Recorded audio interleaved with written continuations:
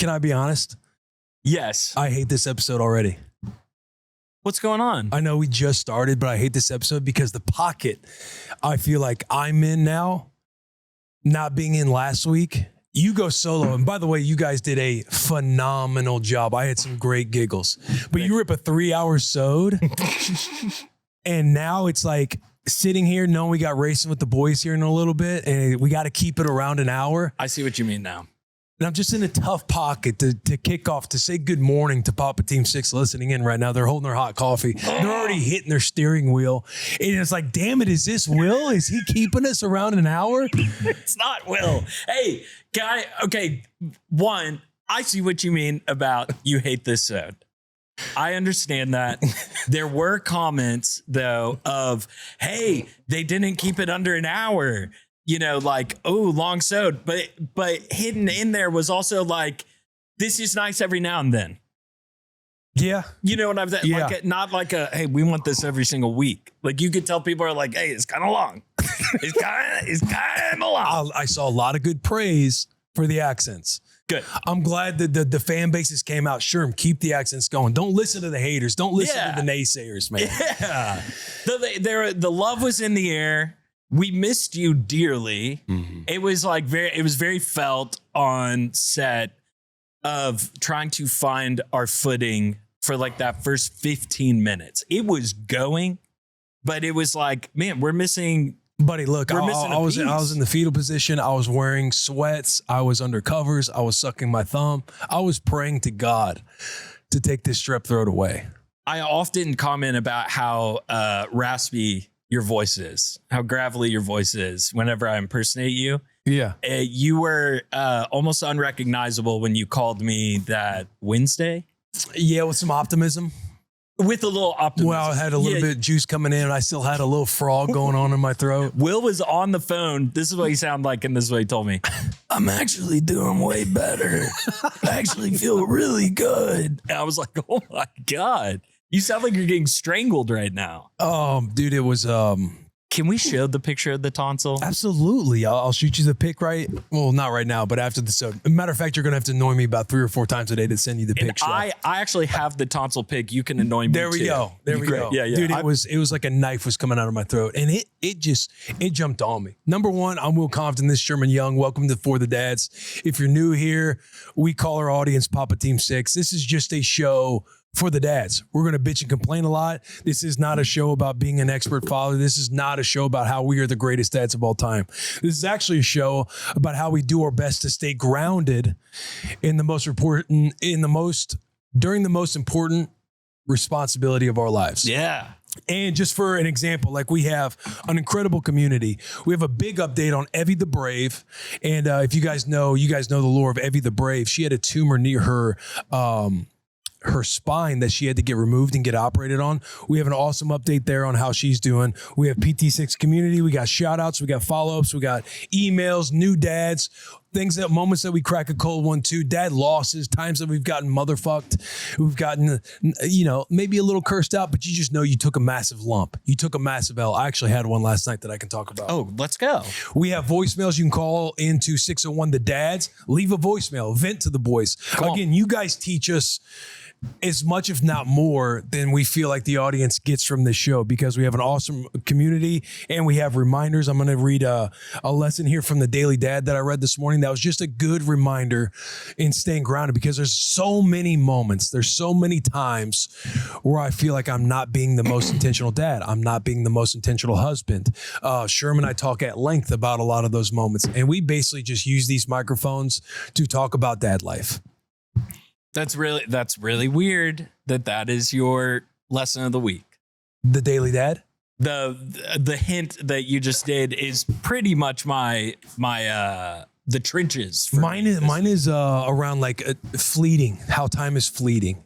Okay. And we're losing them way faster than we think. But then you don't think you're losing them that fast because then you're in the suck. You're arguing before bedtime. Rue wants a cookie. She melts down. Yeah. There's music playing. Scottie's hitting her. Rue's running. Rue pushes Scottie down. And you're like, buddy, time is ticking slow here. Yeah. But I digress. Where was I going? You were going with the intro. Dad brain happens on here. 601 the dads. You can call in, or you could write an email in 601thedads@gmail.com. Yes, if you're on international soil. But your boy was out last week. I had strep throat. Yes. It jumped on me like a gorilla. So Charo was doing a company retreat down in Chattanooga. That's right. So it was me rocking solo with the kiddos, and we were having a great time. And Saturday night rolls around. I get them both down. And Scottie, she wakes up a couple times before midnight. But I'm in like a zen state. I'm watching some TV. I'm having some me time, some solo dad time that you just cherish. The house is quiet. You got the kiddos upstairs. You're not going out. You cherish the times on your couch on the weekends now compared to the goon berets out there who are, videos left and right. They're downtown. They're out late. They're drunk. They're doing all the things. Yeah. I'm cherishing the solo time on the couch. Rooftop bar versus solo dad couch time. Oh, Scotty's up right now. She needs help with Pat Pass. She needs help with her pacifier. Let me go help her out because I'm in a phenomenal mood. Yeah. I go to bed and Scottie wakes up another time around 1:30. Go upstairs, get her down. I'm like, man, it's going to be a rough. It's already shaping up. She's woken up 3 times since bedtime. She's probably going to wake up again. She's having a little moment. Rouge sleeping next to me in the bed. We're doing a sleepover since mom's out of town.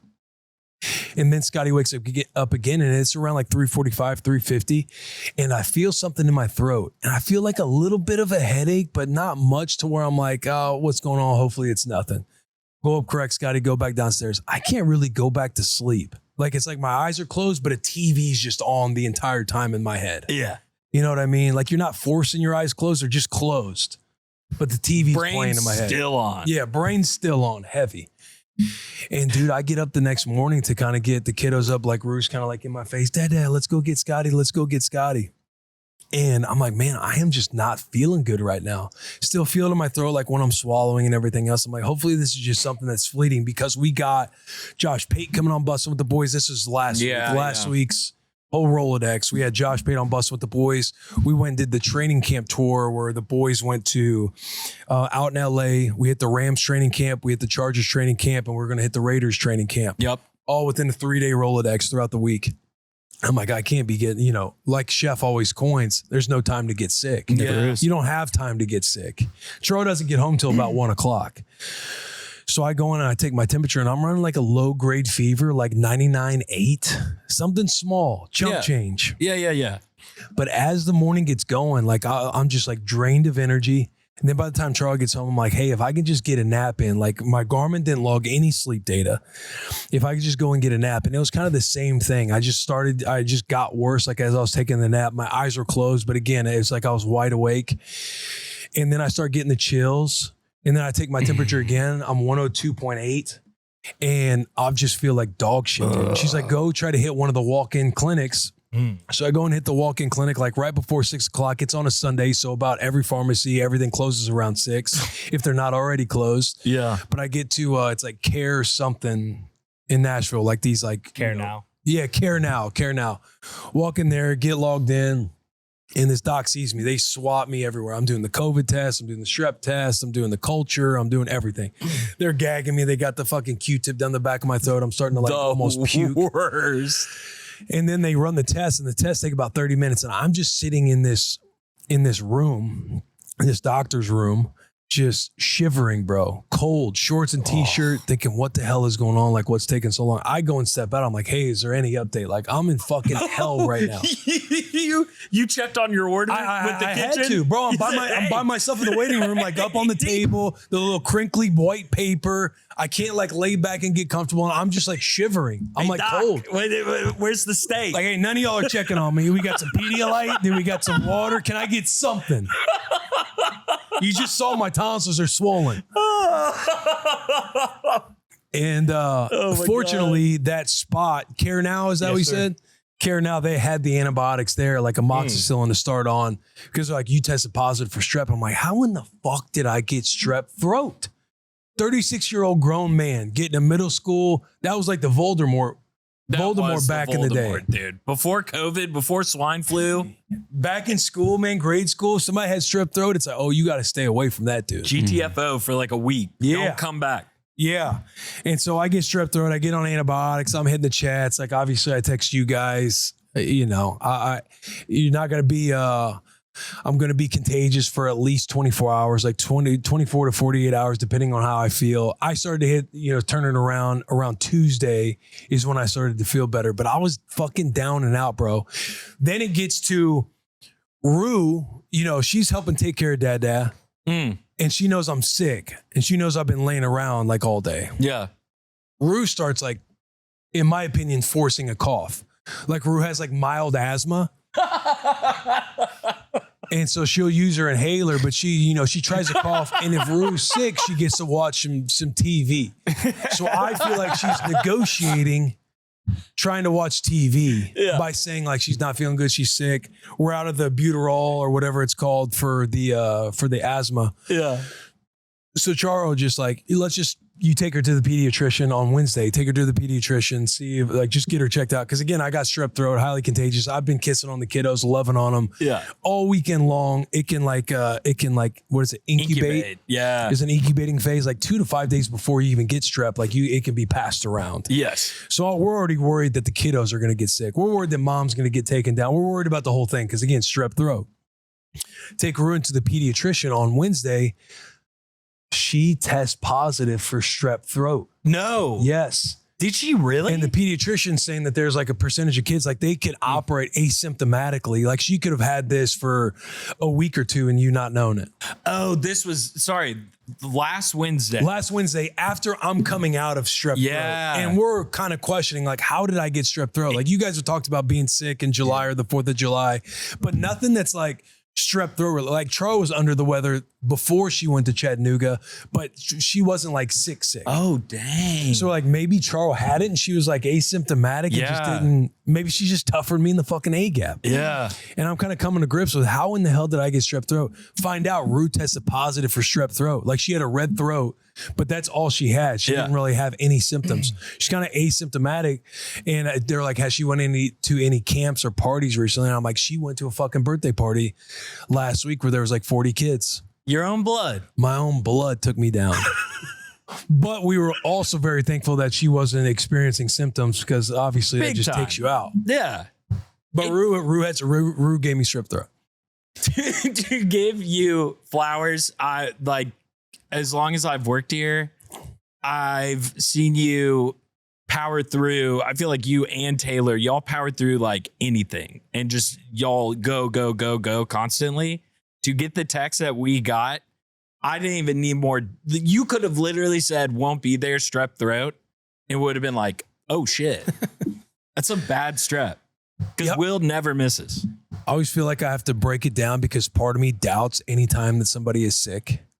Yeah, I think it's a flaw of mine. You also said, though, there's people there with kids. So you did take the route. Like if it was just the boys in the shop and none of us had wives and kids at home, you would have been in here. We would have made it work. But you did send the text where you're like, I know that there's people like we're having kids in this office now. There's newborns. There's newborns around. They take it home. Like that's I was thinking about that, but it's probably also the NFL in you of like when you're hurt, like, hey, I'm actually hurt. Like I need everybody in this organization to know that I'm actually hurt or else I'd be on the field. My mom also just didn't play that shit.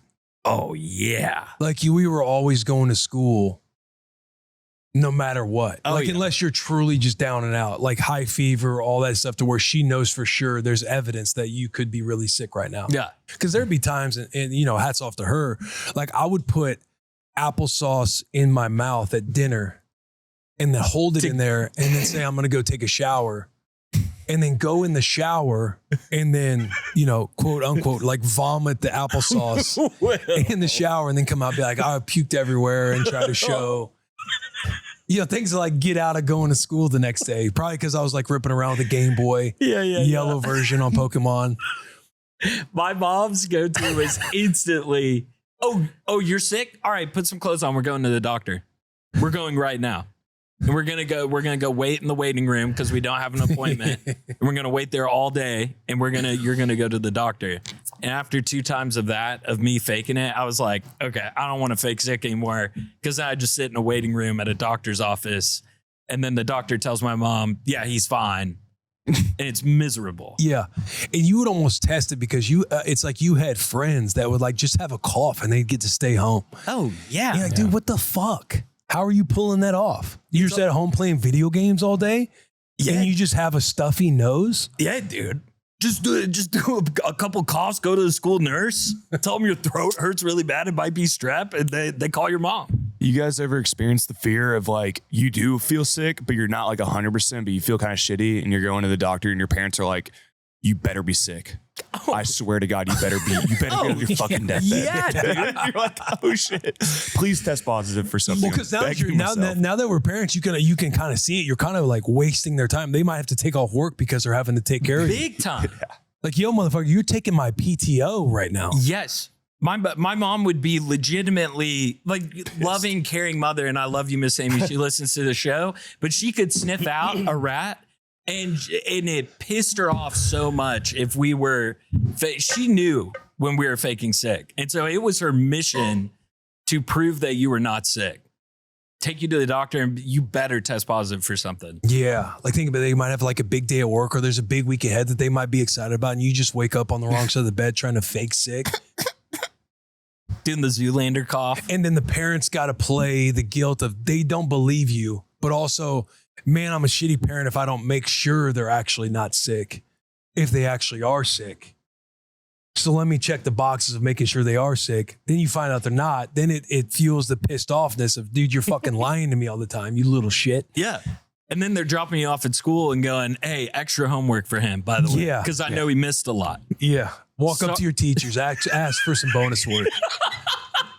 I want to report when you get home from school that you went back to your first hour and second hour and asked for some extra work. Yeah. How can I get caught up? So sorry for missing your class. I mean, truly, it did feel like that, Chef. That was a great call. No. And then there's nothing like when you actually do test positive and they're like, oh, okay. Like, I guess he actually calls, my dad would call my mom like, yeah, he actually is sick. He tests positive. I had my tonsils taken out because I got stripped 7 times in 2 years.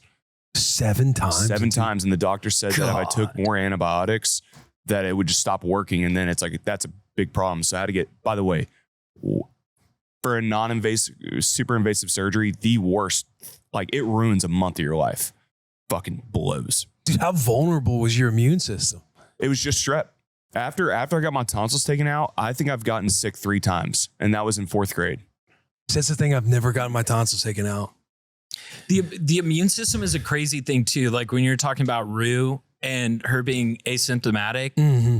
and how certain bodies react to certain stuff. My mom always talked about that. We had the same pediatrician, my brother and I, and the doctor would come out with my brother's file, each time. And it was this big. And he would come out with my file and it was this big. Like my brother, whenever he got anything, it would hit him like how strep just hit you.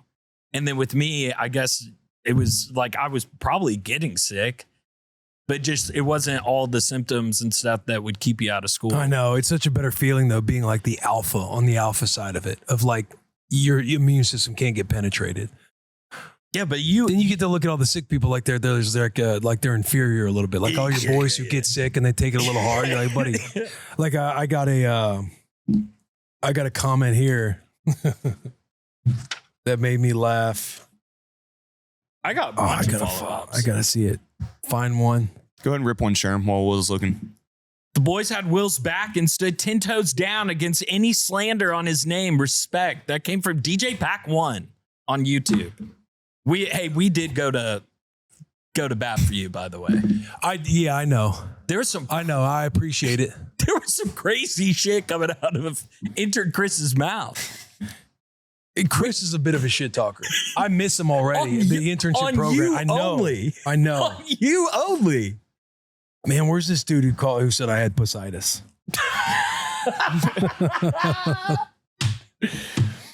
Because I have one here from Chris Stack. This Chris Stack and Walt 9507. I'm literally in tears listening to you guys go in on Chris. Hang in there, Chris. Go Big Red. Will didn't show up for the pod just like he doesn't show up to cut his grass. That's from Benji Golfs. Come on, Benji. Hold on. Hold on. Oh, Derek, you crushed with these. Deacon Sherm need to quit meat riding Willy.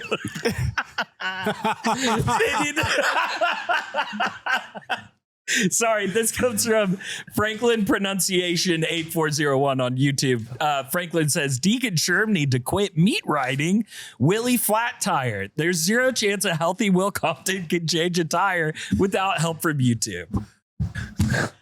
That's a grown-ass man that's on www.internet.com. Why are we YouTube shaming people? To take a little reminder.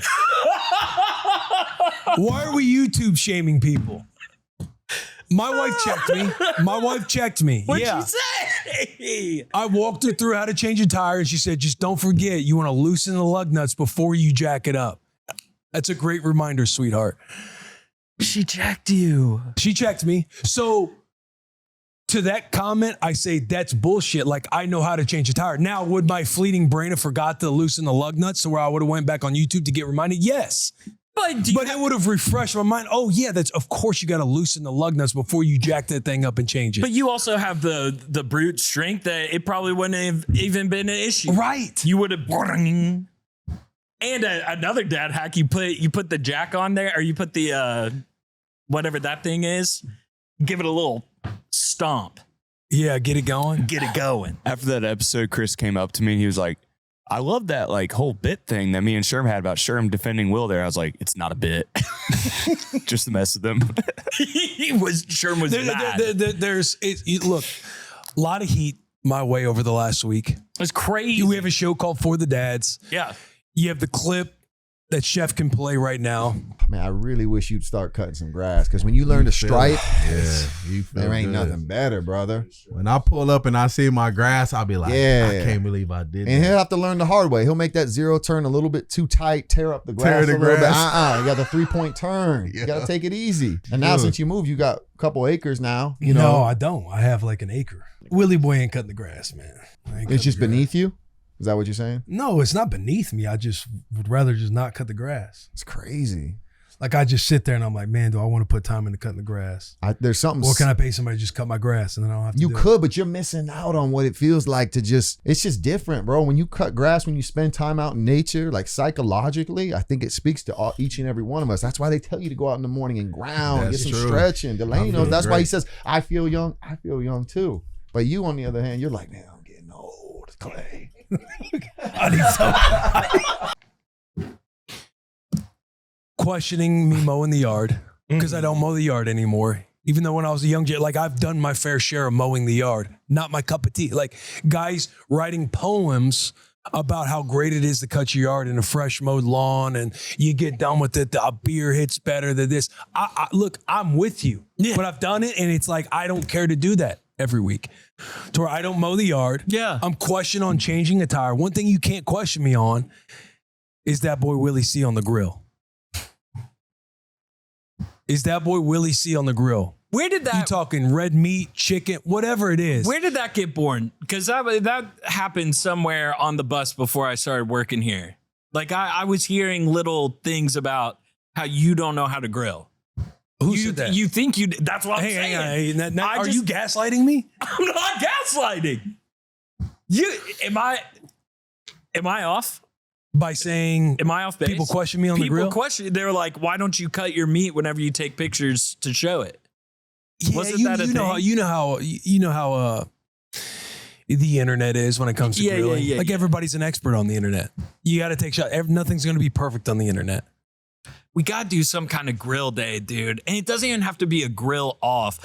I'm talking like a chili, like, you know, those like chili cook-off things where like everybody kind of wins. There is a best chili, but like at the end of the day, everybody got to have some chili. Yeah. We need to have like a meat cook-off here at the office. You're known as a grill guy when your wife brings up early in the day, early in the afternoon. We did it this past Sunday. She's like, you want to grill tonight? And right there, that question, it's all now on the man. It's all now on hubby. Yeah. It's like, yeah, what do we want to grill? Sweetheart, what are you feeling? You want burgers? You want steak? You want chicken? You want veggies? How much do we want to do this up? Because she already knows Dad's got it. And if Dad didn't have it, you know what her question is? Hey, where are we getting takeout from tonight? You're right. That's what you don't want to hear. You don't want to hear, should we grill tonight? Followed up with, you know what? Let's just order out. Mid-question, too. Stops herself mid-question to go, actually, you know what? We could just order out. That tells you that your wife doesn't actually trust you on the grill. Yeah, which I'm in a dangerous spot, guys. I told you all about my last steak. That was my last steak that I've made. I've yet to get a new grate for my grill. How was the last steak that you made? It was the one that I tried to do in the oven and reverse sear. Yeah. Look, you're going to take losses on the grill. Yeah. Like Chef Jack, his name is Chef Jack. Why? Because he whips it up. Dude cooks in the lab. That's all he does. I took an L on Sunday. And that's what happens, right? Like you're never gonna bat 1,000. You know the analogy with baseball players and hitting home runs and batting averages. What, 3 out of 10? Yeah. And on the grill, you're gonna have a higher percentage if you know your way around a grill. Yeah, but you're gonna take a couple losses. Like I had the boys over a few years ago or a couple years ago, and I was fired up about making them my apple jalapeno smoked ribs. But I overdid them. I overcooked them a little bit. Maybe that's what it was? Probably. Okay. Yeah. Okay. Because that was like one of the times, like one of the moments. And dude, there is not a harder critic on themselves than Willie C when it comes to my smoking ability or grilling ability. Yeah. And I was bummed, bro. You talk about, Derek was referring to sitting over here and the lights getting brighter. You talk about like having bright lights that day and then not showing up when the time came. Especially when then all the boys eat it and you're eating it yourself. You don't even need to fucking hear people's opinions. That's where it gets bad. You take a bite yourself and it's a little too tough and they're not falling off the bone like they usually do. I don't even need to hear you pat me on the back. Oh, Will, this is actually really, It's more insulting when they come at you like, no, it's like, it's salt. Like, shut the fuck up. Like, We know what it is. It's not that bad. It's like, no, man, you're fucking wrong. It is that bad. No, dude, I had like 4 or 5 of them. They're pretty good. Dude, flip of that, best feeling in the world. I got to grill out at the bachelor party we were at. Everyone fucking loved everything. There's no better feeling in the world. It was a Blackstone too, chef. So it was a Blackstone. Yeah. Dogs, burgers. Oh, yeah. Broccolini with lemon and cheese over top. Ooh. Dude. But say out of the, you do burgers, you do dogs. Yep. You do, but your main dish is the smoked ribs. When your boy hits you with, hey, the burgers are gas though. And it's like, fuck, dude, we're talking burgers. Like, of course the burgers are gonna be solid. For the most, it's kind of hard to mess up the burgers and dogs. You just AIS. We're talking about burgers. But the one you feel most like, this is the one I want to hit. And it doesn't hit. I had 13 guys in Tampa talking about broccolini. That's where I was like, ooh, I kind of got a thing going on here that everything was there. Yeah. I feel you though, because like, I think we do this tradition now with my friends back home. When I go home for Christmas, I don't see them very often. So my 2 high school buddies come over, one guy's wife, my parents, I cook a huge meal. So we do chicken, we do steak, yada, yada. First meal I did it, I tried to do Cat's Dad's carne asada, thin skirt steak, lemon and everything. We took it with us on the ride back because it was beef jerky. Yeah. That's how tough it was. Everyone lied to my face and said it was good. And I stood up at dinner and I said, I'm going to take a toast and I'm going to say, you guys got to stop lying. This is bad. Yeah. You're beating yourself up enough. You can't live in this false reality. Yes. Yeah. God. And the skirt steak, dude, just that, golly. Yeah. The amount of times that I'm like, okay, I know 10 minutes tops, like 10 minutes tops. And I'm going to do, and it's raw. I cut it. It's raw. It needs a little bit more. And then, but you do a little bit more. And now all of a sudden it's gray, completely gray. Beef jerky. Skirt steak, hardest steak dude. to cook. God, this is just waxing poetic over the grill. That's why I'm saying we should do a grill. If we had grills here, we could. Grills got our grills got stolen. Have we talked about that on a podcast? No, yet? I don't think so. I took a journey to find them, dude. I took a picture of 7 grills in the neighborhood that I found, and we came back. None of them were ours. I went over to the homeless encampment, didn't see anything. We had a package of stuff in it for busing in the grill, which is a crazy place to drop it off. But yeah, grills. When you brought that up, and then I had, because that was when Strep was happening, I was like, oh yeah, I drove in on Saturday because I wanted to get away and do it. Got a babysitter, hit some focus work for a minute. But when I pulled in, I didn't notice the grills there. And I was like, I know they were going on Saturday. Yeah. So they must have got sniped on Friday. So sad because we've talked so many times about cooking grills out. Like Chef and Sherman, like, we should just get some steaks and just cook for the boys. We had dreams and aspirations for those girls, and they're gone. We still have that Weber right there. It's charcoal, right? Charcoal. That's all we need. We could do a little something. Yeah. Listen, I'm just here to defend my position on, you can question me on all the other things out there. Don't question. Willy One Shelf. Willy Mows. Willy Flat Tire. Willy Flat Tire. Dude, when my wife sent me the photo of her changing the flat tire, first of all, sending the picture when I was down bad and she had the flat tire, I was like, oh shit, that sucks. And then sending the photo, I don't know, 15, 20 minutes later of her changing the tire. I'm like, God, what a superhero. But also, it's this low key, she doesn't know. She just gave me a fat L on not changing my wife's tire. Hey, do you like the deep pull of the Generac, by the way? I hit Chris with the Generac. Yeah. That's how I'd like to see you with the flashlight fixing your Generac during an ice storm. Dude, it's funny you bring that up. I forget.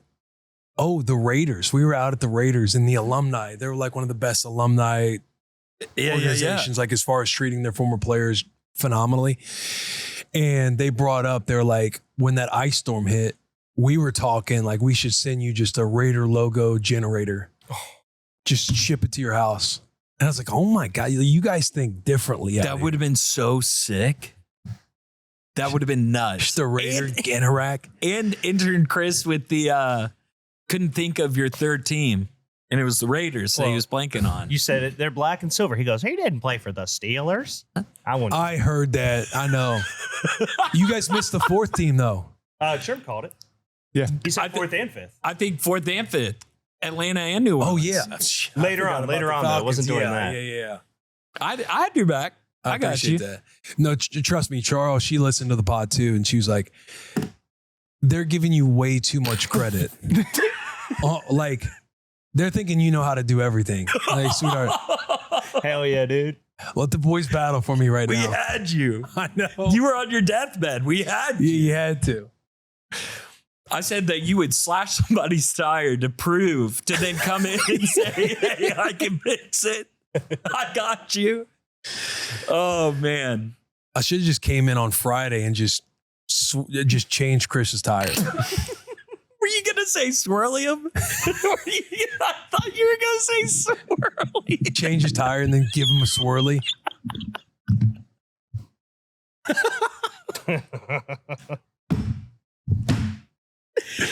Don't know how to change the tire, huh?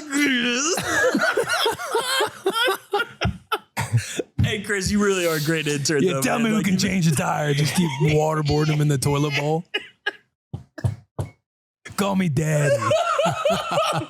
I really did think that you were going to say I should come in on Friday and just swirl it, Chris.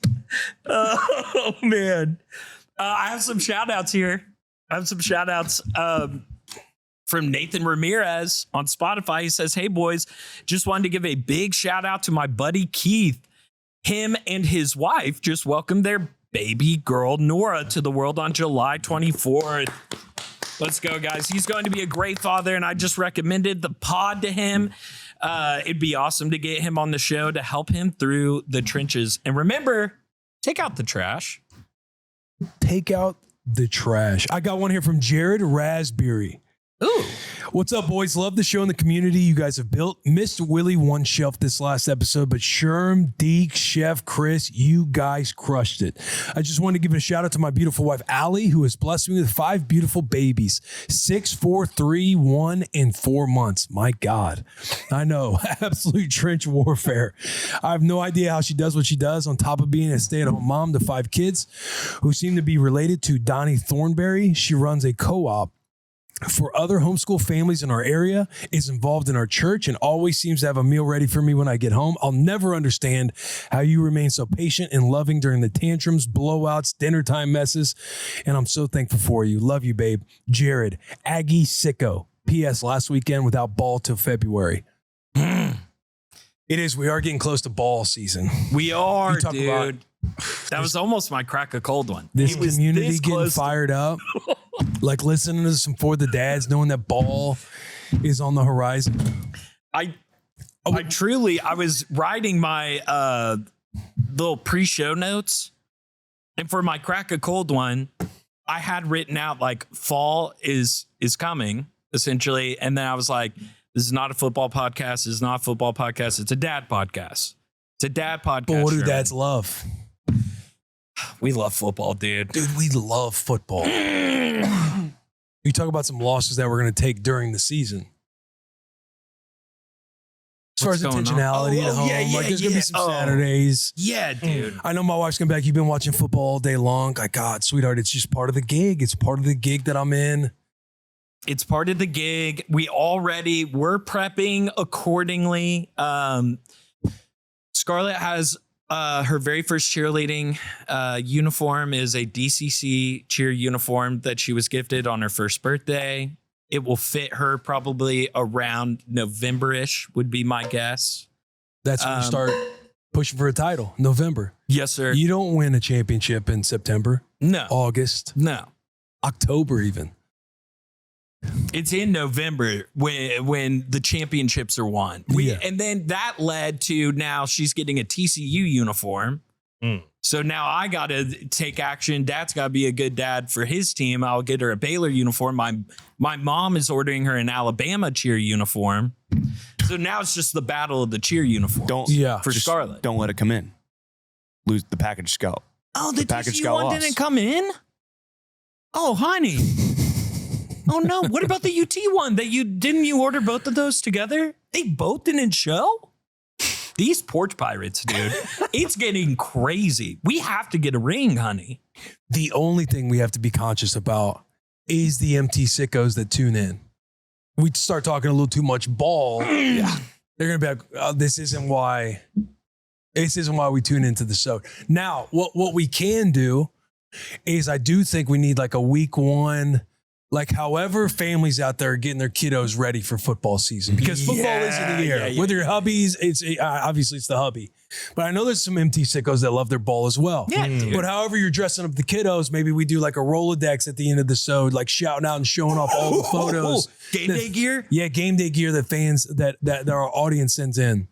I love that idea. Just, you got to embrace the season. You do. And when I racked my brain and I said, dad podcast, what would the MT sickos want to hear about? Guess what I pivoted my crack a cold one to?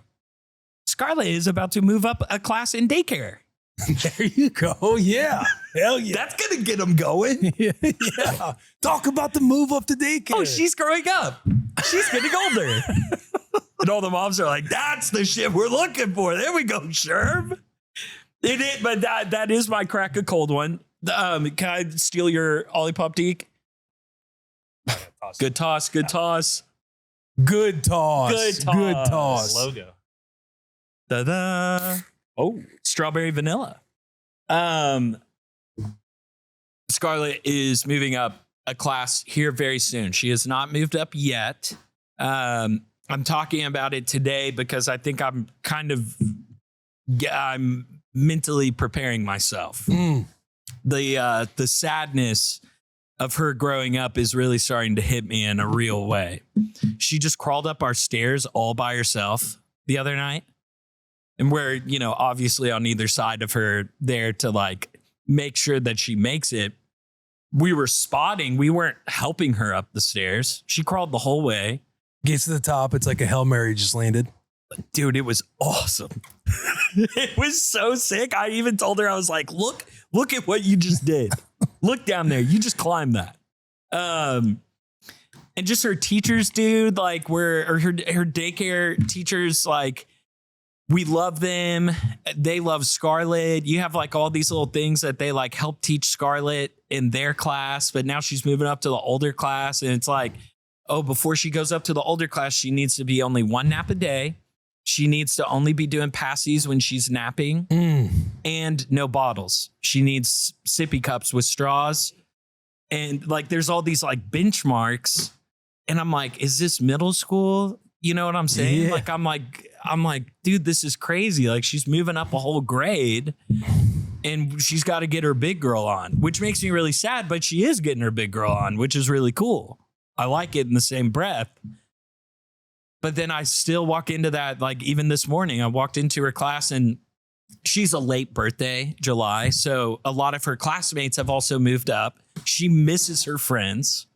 And it's like an actual tangible thing that's crazy that like when she sees her friends that used to be in her class, she gets excited and wants to play with them. And now she's in this room with like a bunch of babies there on their little half moon donut little pillow thing. Yeah. Where they're laying on their back, starfished out. And it's like, yeah, you're not that anymore. Like you're all grown up, and it's wild. It's like it's really sad, but it is if you will, crack a cold one. Yeah, absolutely. I feel you, bro. Like yesterday, Rue started theater camp. It's over by the house, but I'm driving her to drop her off. But it's kind of like first camp where there's no friends or people that she kind of knows. Yeah. And it's drop off. Like they don't let you in the door. You kind of check in and then they walk in the door themselves. So it's me, a bunch of parents, and a bunch of kids kind of standing outside before the doors open up to check in. But as we're driving over there, and I'm like, Rue, are you excited for theater camp? Like, I'm kind of nervous for her because I'm like, damn, she's going in. Like, Rue being 4, like, she's going in. None of her friends or people that she knows is going to be there. And I'm like, I wonder how she's feeling. Yeah. I'm like, sweetheart, are you excited for theater camp? Like, how are you feeling right now? Like, what are your emotions? And we're driving over, and she's like, she talks about being nervous. Like, I'm nervous. I'm like, oh, sweetheart, that's a good thing. That means you got a little fear. You're also a little excited. Yeah. Because it's new and you're going to try and make new friends. Yeah. Like this is a great time to use your confident voice, like how you've been loving it. She's been on a kick of introducing herself to people, like saying like Dad, I want to tell them that I'm Rue and stuff like that. Like, hi, I'm Rue. And like, what's your name? I'm like, this is a great time to practice that. And I'm like, Dad gets nervous for absolutely everything new that I do. Every time I'm going to do something new, whether it's a new environment, a new thing, a new challenge, whatever it is, I'm always a little scared because I don't know how it's going to turn out. I'm also a little excited because I'm just like giddy and happy. I was like, it's totally fine and totally natural to be nervous. And we kind of talked through the emotion of it all. But when we get there at the door, I can tell she's just being really shy, like to a point to where she gets a couple tears in her eyes and she's like wiping her eyes before she walks in. And I'm just like, God, can I please walk in there with her just to make sure? But she's like, hi, like, what's your name? She's like, Rue. She hits her room, like last name Compton. She kind of checks her off the list and goes in. And I was like going to walk in there with her because I could tell she's just kind of getting over being like just super nervous. And then the lady kind of just stops me and she just gives me wings, super sweet. And she's like, we got it. Don't worry. And I'm like, okay, this is as much for me as it is for you. I just got to turn around and walk away. Yeah. She loved it. She had a great time. But I thought I empathize on them going up to a new level, being around new kids, like just new atmosphere. It's like just the emotion that you feel as a parent. Them growing up, like just all the things, man, all the things. But my crack a cold one this week. And shout out Olipop, especially the raspberry sorbet, raspberry sherbet. Ooh. My crack a cold one this week is going to go to Scottie, Jollee, Toughness. Chef, roll the video. Now, have you watched the video, Sherm? No. Do you have your phone on you? Yes, I'll Just watch it the right video now. real quick, and then we'll come in. There you go, Scottie. Pump your arms. Pump your arms.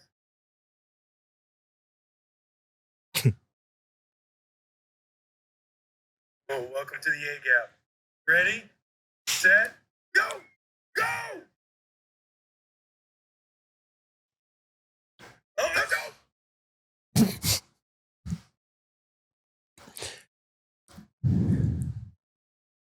Let's get toughness. Go, go, go. Yes. Yes. Yes. How about that one? Does that get the blood going below the belt, dude? Can I get the blood going even more? Please do. Lesson of the week. Why do we fall, Master Wayne? So we can learn to pick ourselves back up again. I was going to talk about Scarlett's toughness. We're synced, brother. We're what? We're synced up. Yeah? Yeah. ScarScar had a good toughness moment. She's just eating shit all the time because she's trying to learn how to walk. And how is it like in that video when Scottie falls and you go, oh, no. Oh. In that little felt like a full minute as she's like getting up, turning around, doing all this stuff. I'm just, Tro and I, it's like we both like are grabbing ourselves of not saying anything. Yeah. Or like having a reaction. Yes. Of like, don't say nothing, don't say nothing, don't say nothing. See how she responds, see how she reacts. Yes. Don't be all scared for her because then it might make her cry. She turns around and mom wipes off her hands and she takes off again. I'm like, come on.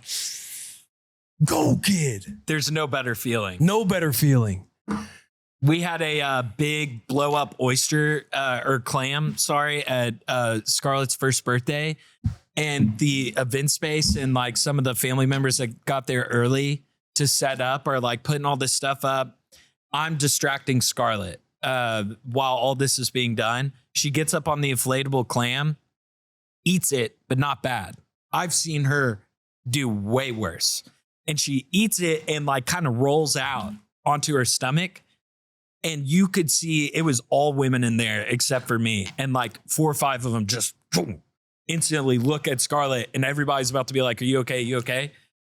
And I just go, whoa, Scarlett. Whoa, that was cool. Like that, and like kind of helping her up. And she instantly got up and started climbing back on the clam again. I was Yes, like, sir. yes, Scarlett. She starts shouldering the women there. Oh, in my head, I was like, oh, that was so good. That was so good because Jill saw it too. And I've been trying to kind of preach that, what you just talked about of like they got it. Yeah. And Jill's not like, oh, honey, you're okay, blah, blah, blah. Like every single time Scarlett falls. Right, but it's so easy to have just a natural reaction of like, oh my gosh, are you okay? Yes. Because I got to grab myself. I've had to grab myself a lot because I'll just like, that was in real time in the video where it's like, I'm like, oh, that was, and then even when I do the ope, I'm like, I'm hoping it's not loud enough to where they hear. Yeah. And I'm like, shut up. Like, how is it? Yeah. Turn around. And we've also been teaching her, for little stuff. Yeah. And the daycare, this morning, the daycare lady said that Scarlett kind of tipped over and fell. Not like a full fall, but lost her balance and fell and went, because we've been just teaching her that it's just like little minor things. I was like, we haven't even taught her that when you fall over or something that you say, and that like her brain just immediately was like, oh, that was a mess up. That's just a little, that gets me juiced. Will. It does get the blood flowing. Scottie ate shit in that video. Scottie eats shit. Like Scottie is tough. Like Rue, not so much. I don't want to say she's a pussy. She's not a pussy. She's a feeler. She's emotional. Yeah. I'm not trying to drag my daughter right here on camera, but I see the iterations of them both. Hurt people. Will. Yeah. It's hurt people. And honestly, I see a lot of myself like in Rue. Like I was a crier when I was little. Yeah. Like I was like shy. Like a lot of things that Rue is. Yeah.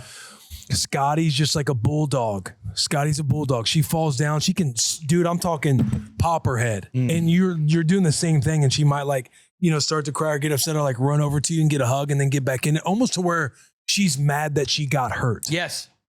And like, oh, do you want me to do whatever? And they're like, no. She's like, no, Sadie's turn. Like, get back down and do it again. Yes. Like, Scotty's tough. Yes. She can eat it. That's the part. And I want, because she was bleeding on both knees. Like she from that fall. Yeah, she cut up both knees. That's so sick. Yeah. The part that I want any listener to hear of this is it's not like the not crying. Cry, dude, cry. Like if it hurt, cry.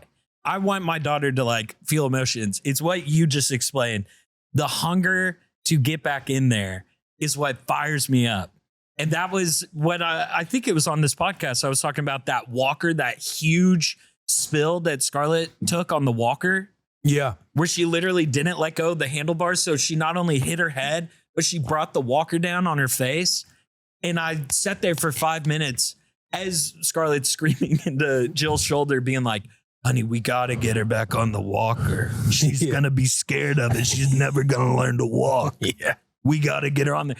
And before we ever had to force her back on the walker, as soon as she was done crying, she wanted right back on that thing and was doing the walker. And that got me so excited. I was like, dude, that's like, bottle that up and keep it forever. Yeah.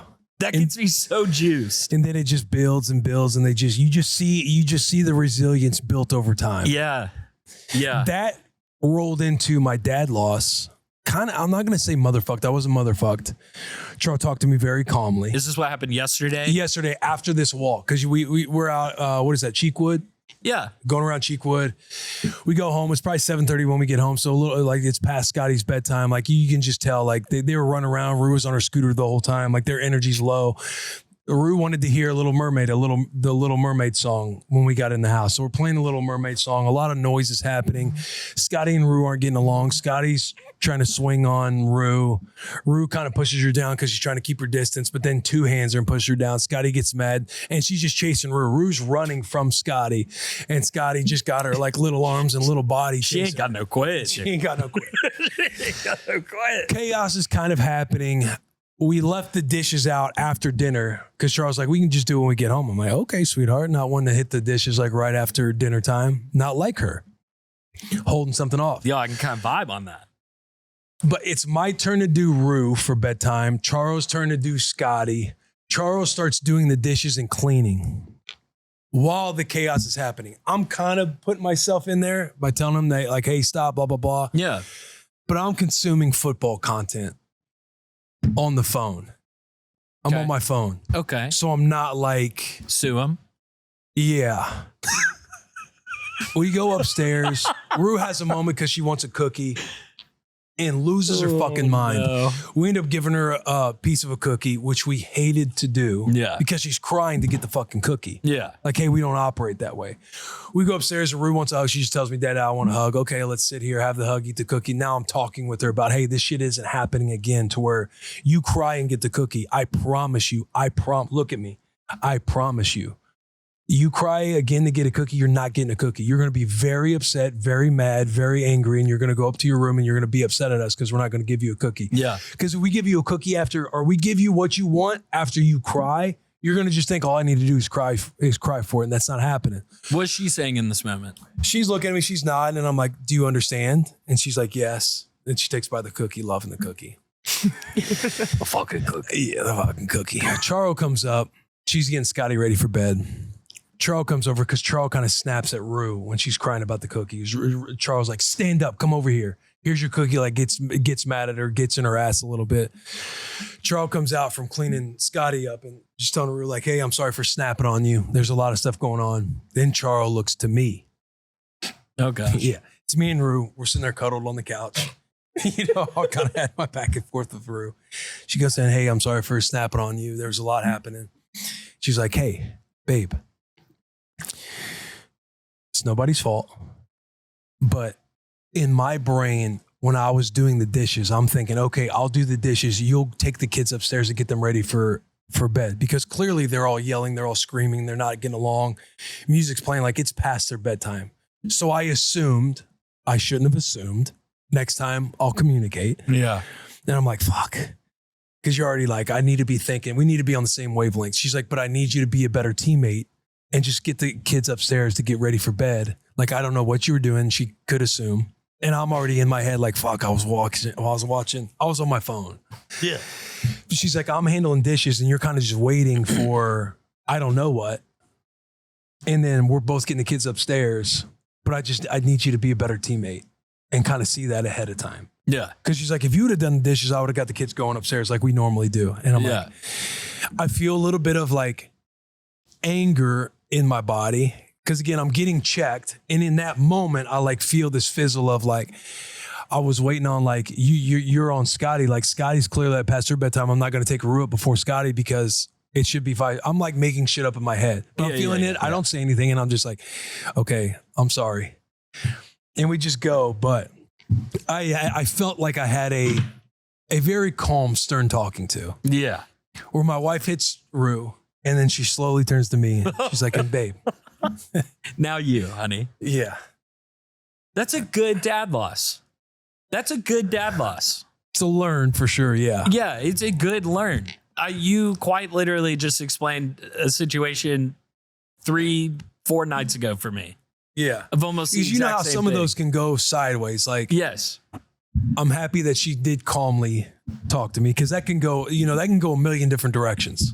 100%. We just kind of start arguing back and forth. But I was getting talking to on the couch just like Rue was.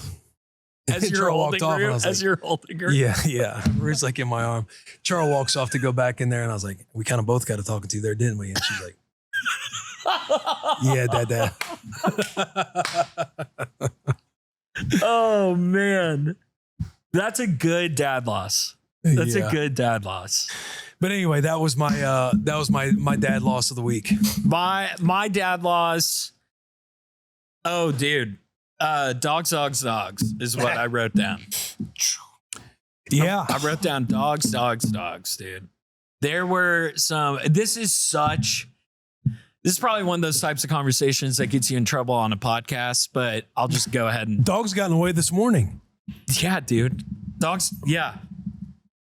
It was brought up that the dogs need to go on vacation to their grandma's house in Texas for a little vacation, like permanent vacation. That's what I freeze frame that, and the way he just asked that question, my exact response to my wife. My exact response to my wife. Because a part of... So lay this out. Something happened with the dogs, and you and Jill sitting down, and she goes, maybe the dogs need to go on vacation to grandma's. Like a permanent vacation? And I go, Jill... Because this question was asked when Scarlett was only a couple weeks old and Lisa was in town and we had the kennels and Lisa could have driven back with them. Lisa is my mother-in-law. Love you, Lisa. And I had to like really stand up and puff my chest out to keep the dogs, which you may be sitting there scratching your noggin saying, Sherman, I thought you told your wife these are her dogs and it got you in the doghouse not 2 weeks ago. Yes, you're right on that.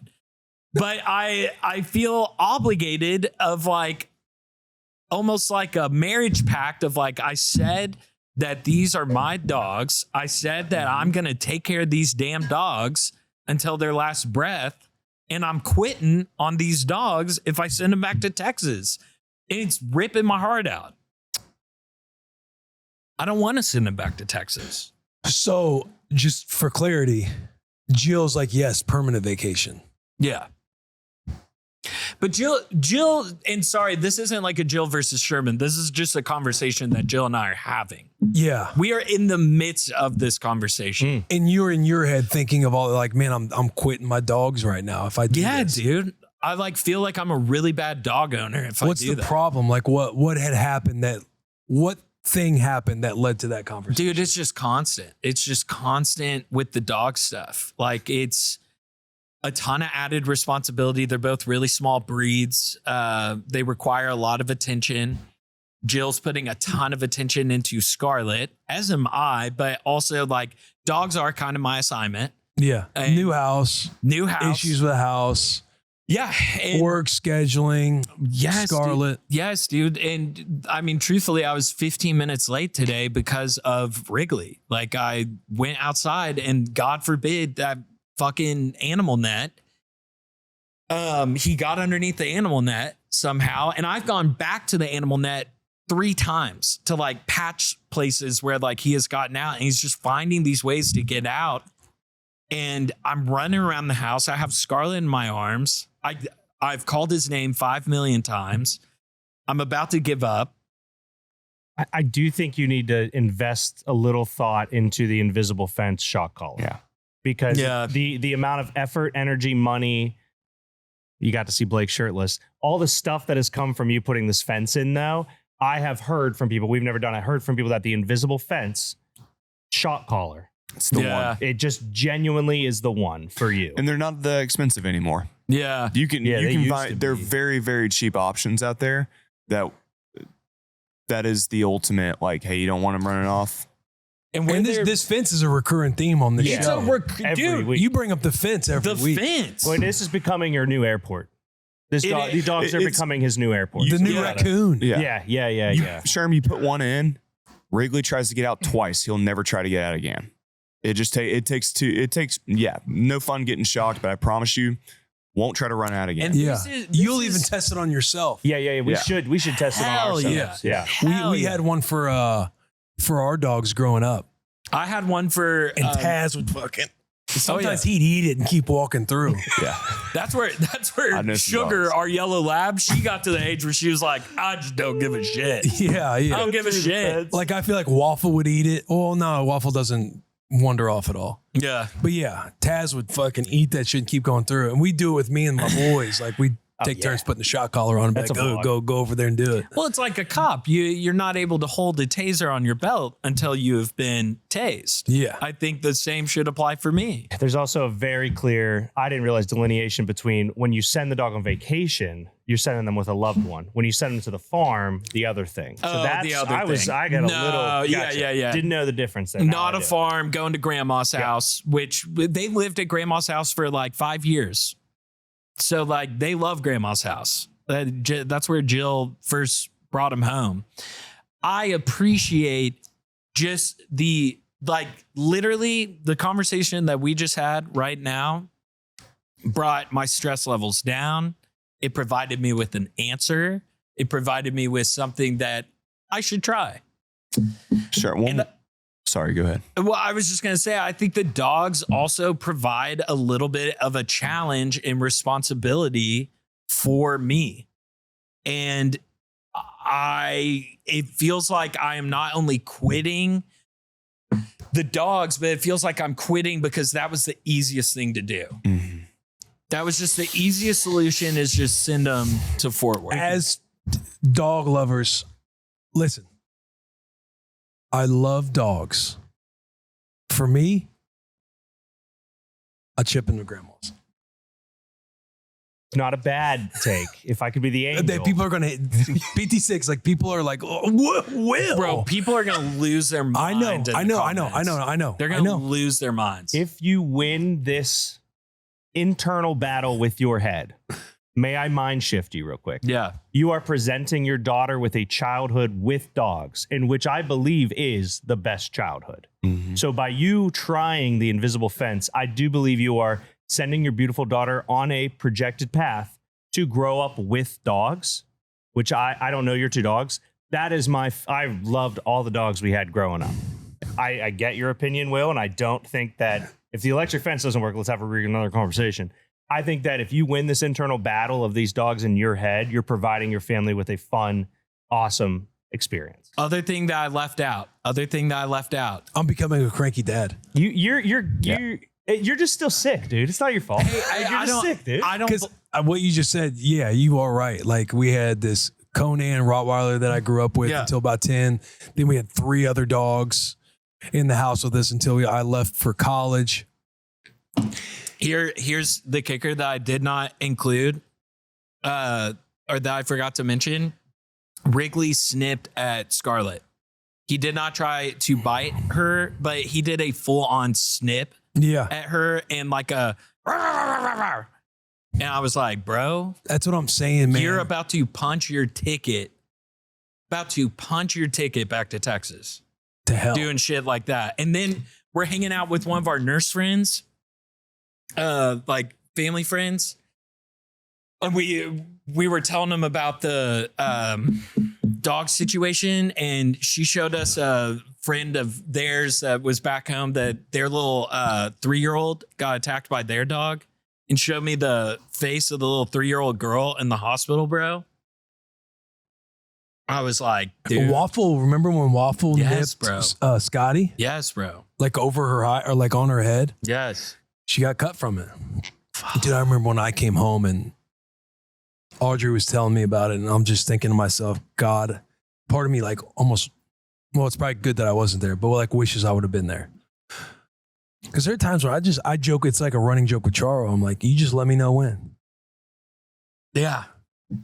I mean, that's like something jumping on the front, like all the stuff that dogs can irritate you with. And so now Wrigley's just behind a baby gate, like at all times when Scarlett's like on the ground, because I don't want him interacting with Scarlett.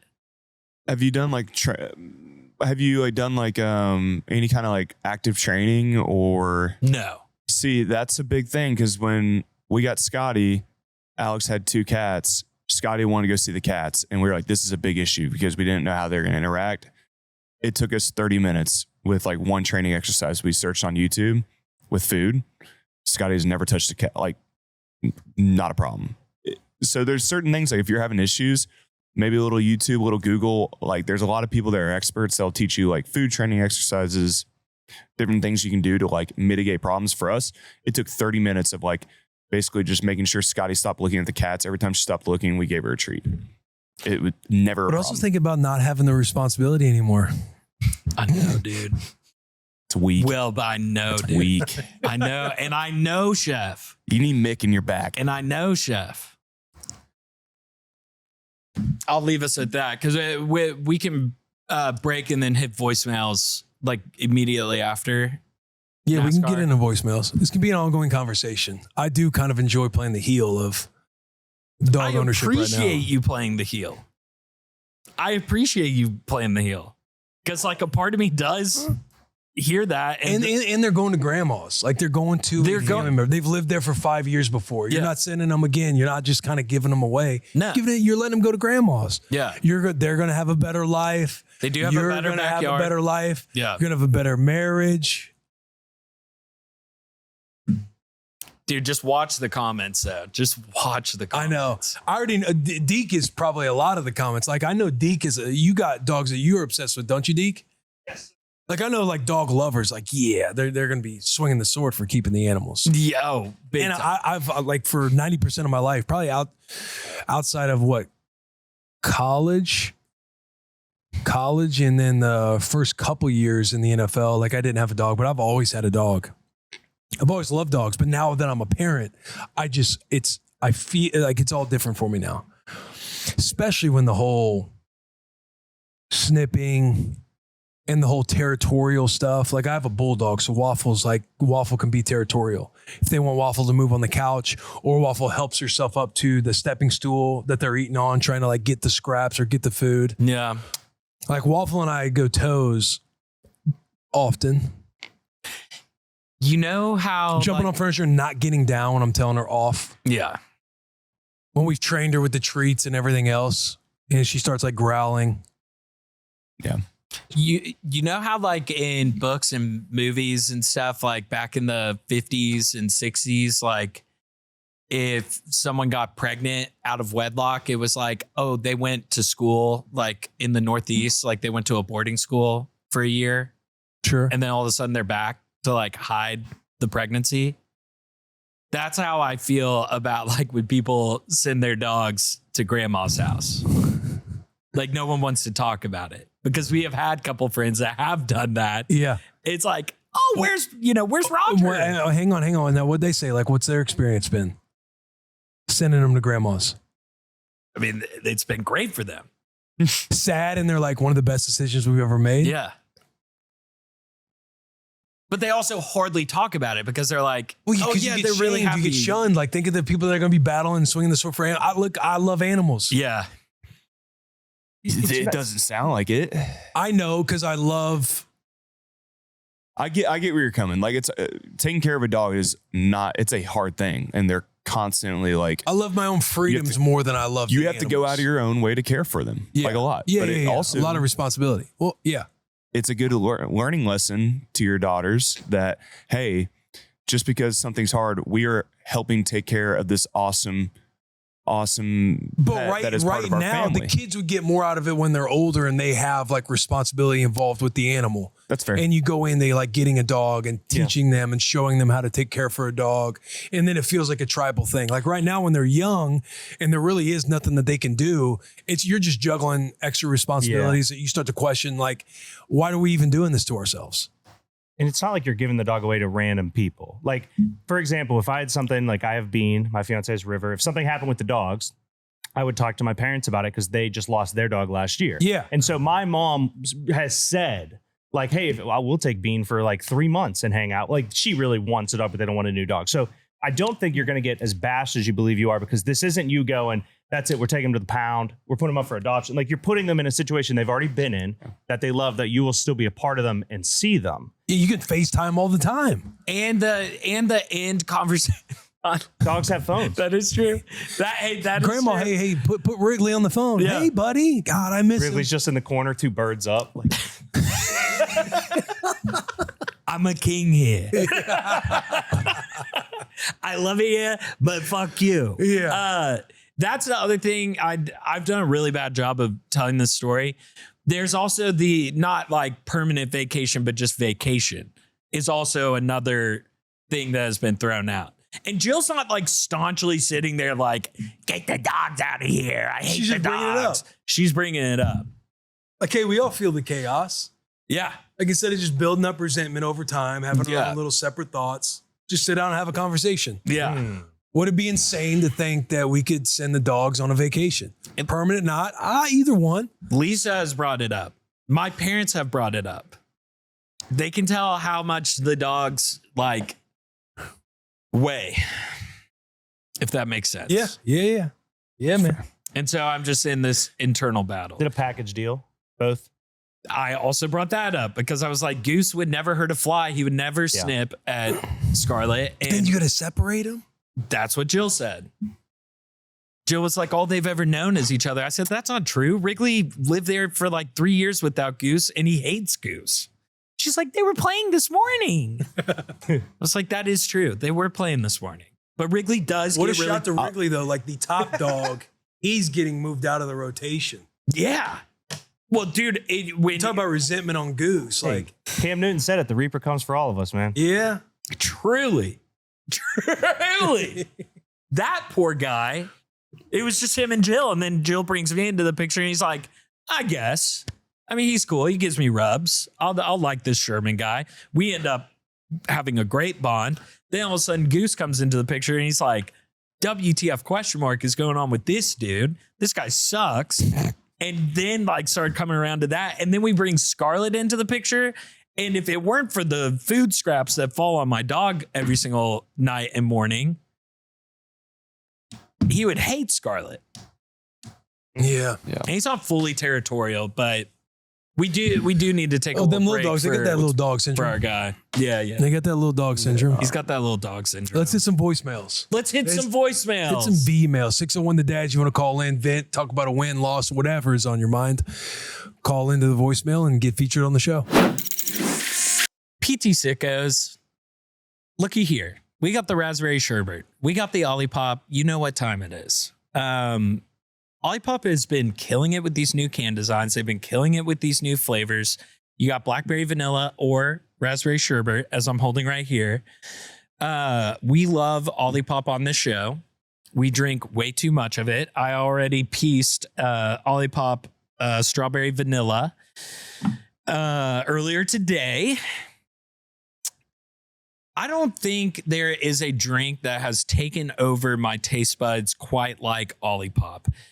A guiltless drink as well. One that I feel good when I pick up an Olipop. When I choose Olipop, I truly am like, man, what a great decision I just made. Not only taste-wise, but I just feel good after. I'm not burping all over the place. My gut feels good. I can't say enough about Olipop. They're still doing their deal, guys. They're still doing their buy two, get one paid back via Olipop. That's at drinkolipop.com/BWTB. You buy any 2 cans of Olipop in store, they will pay you back for 1. Works on single cans of any flavor at any retailer. That is drinkolipop.com/BWTB. Olipop is available in the soda aisle and with any chilled beverages at thousands of retailers nationwide, including Walmart and Target. Last but not least, guys, we have, and truly not least, we have Lucy. I have Lucy Wintergreen right here. These are the Lucy nicotine pouches. I am ripping these constantly. You see in the comments, oh, Sherman's got 2 upper deckies. You always see him when he laughs or when he smiles. You do. I'm a sicko for the stuff. Sue me. Lucy is a great product. Has so many good flavors. Just to name a few, you have wintergreen. You have an espresso flavor. I have cinnamon right here. I have apple ice right here. These are the 12 milligrams. They also have other lower milligrams that you can use, but I'm a big milli guy. Big milli guy. I do the high milligrams. Lucy is the only pouch that delivers long-lasting, on-demand flavor. You can get 20% off your first order when you buy online at lucy.co/FTD with code FTD. So that's lucy.co/FTD. And here comes the fine print. Lucy products are only for adults of legal age, and every customer is age verified. Warning, this product contains nicotine. Nicotine is an addictive chemical. Let's get back to the episode, guys. Wait, just a second before we get into voicemails. We do, as I alluded to early in the episode, we have an update from Evy the Brave. Ooh. This is from her dad, Dylan Payne. He emailed in. Evy the Brave update. What's up, fellas? I hope this message finds you well, which means Will has overcome his bout. He's the one who said pussitis. Oh, no. Overcome his bout with pussitis, and Sherm hasn't slept on the couch for 3 or more days. Come on. Hey, I'm joking here. Freaking sue me. He said Jersey accent. He said Jersey accent. What a legend. So Dylan already starting off with some hot fire. What a legend. I'm writing in with an Evy the Brave update for all those who heard Everly's story, and especially to those who showed us love and support. That's just a cough. And helped forge our tiny warrior sword and shield 2 months ago as she geared up for what ended up being a 9-hour battle on the operating table. And again, just to remind you guys, Evy the Brave had a tumor right next to her spine. Evy the Brave not only understood the assignment, she rewrote the whole damn syllabus. This sweet little girl showed us that expectations are only there so she can shatter them, and recovery timelines don't mean diddy shit to the bravest and baddest. Now 3 years old, little girl, either side of the Mississippi. Everly walked out of Memorial Sloan Kettering Hospital 5 days after her surgery. We were told to expect 10 to 14 days, and we were cleared to fly home 5 days after that. What? Evy's speedy recovery was not only miraculous to my wife and myself, but it even had surgeons and doctors in awe. That confirmed what I've been saying all along. This little girl is built different, built for the A-gap. Ooh. A couple of anxiety-filled weeks after returning home, we received the pathology of the tumor. It was the news that we were hoping for. Results were all favorable, and no further treatment is needed for the foreseeable future. What? Although her tumor was not 100% removed, Everly has been 100% cleared to be a little normal kid again, and nothing gets my piss hotter than knowing we can start signing her up for some gymnastics or soccer or whatever her brave little heart desires. For now, all she can expect is an MRI every 3 months to make sure nothing has changed. For now, life is great. My wife and I wish we could hug and thank each Sixer for every sicko who poured into our pink hearts.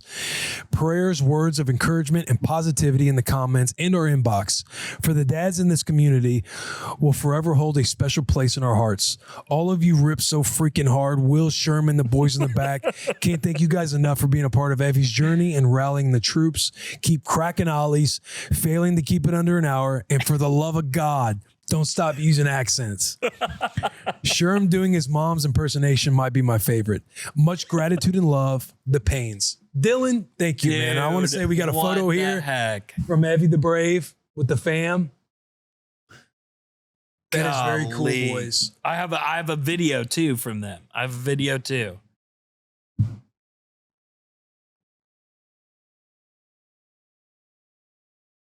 It's loading. It's loading.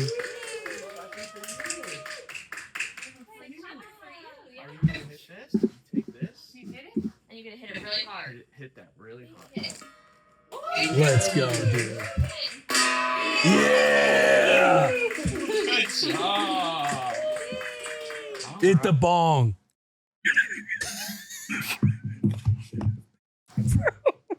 Wait. Wait.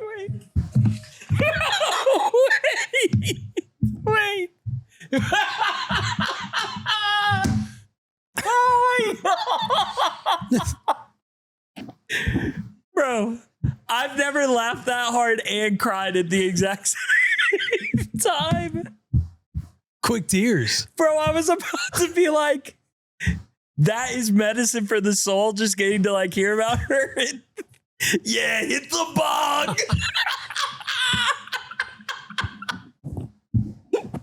Hit the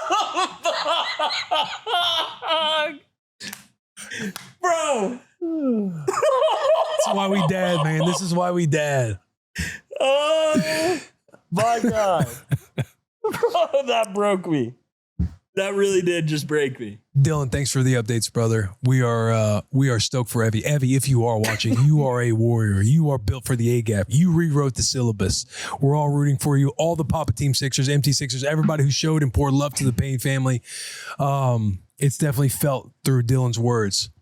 I mean, that's just crazy what the human body is able to do, what doctors and surgeons are able to do. This wonderful team that's here as she's hitting the dong. And it's just so wild, dude. Like imagining myself in that spot. Dylan is his name. Yep. Dylan Payne. It's a good dad. It's a really good dad. I'm sure Everly's mom rips just as hard. But to get to share in any of that is really, really cool.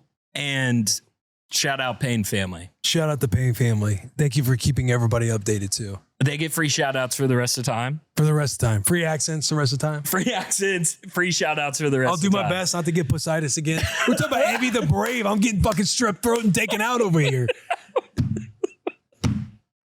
Bro, I feel like I needed to hit a bong after I survived strep throat. Dude, you have no idea how much I'm going to say, yeah, hit the bong in the background of vlogs now when you're doing something. Bro, that broke me. Oh, man. All right, we have a voicemail here. Let's hit the voicemail. Stay. Throw me some creatine gummies. I need a little something. I need a little something too.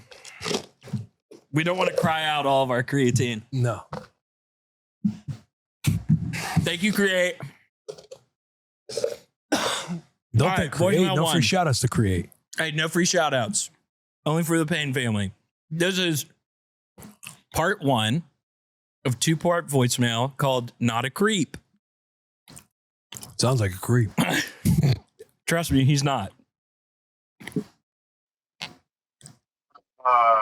Boys, hey, this might be the last voicemail I leave before prison.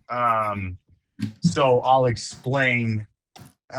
So earlier today, I am at daycare, picking up my daughter. She's 3.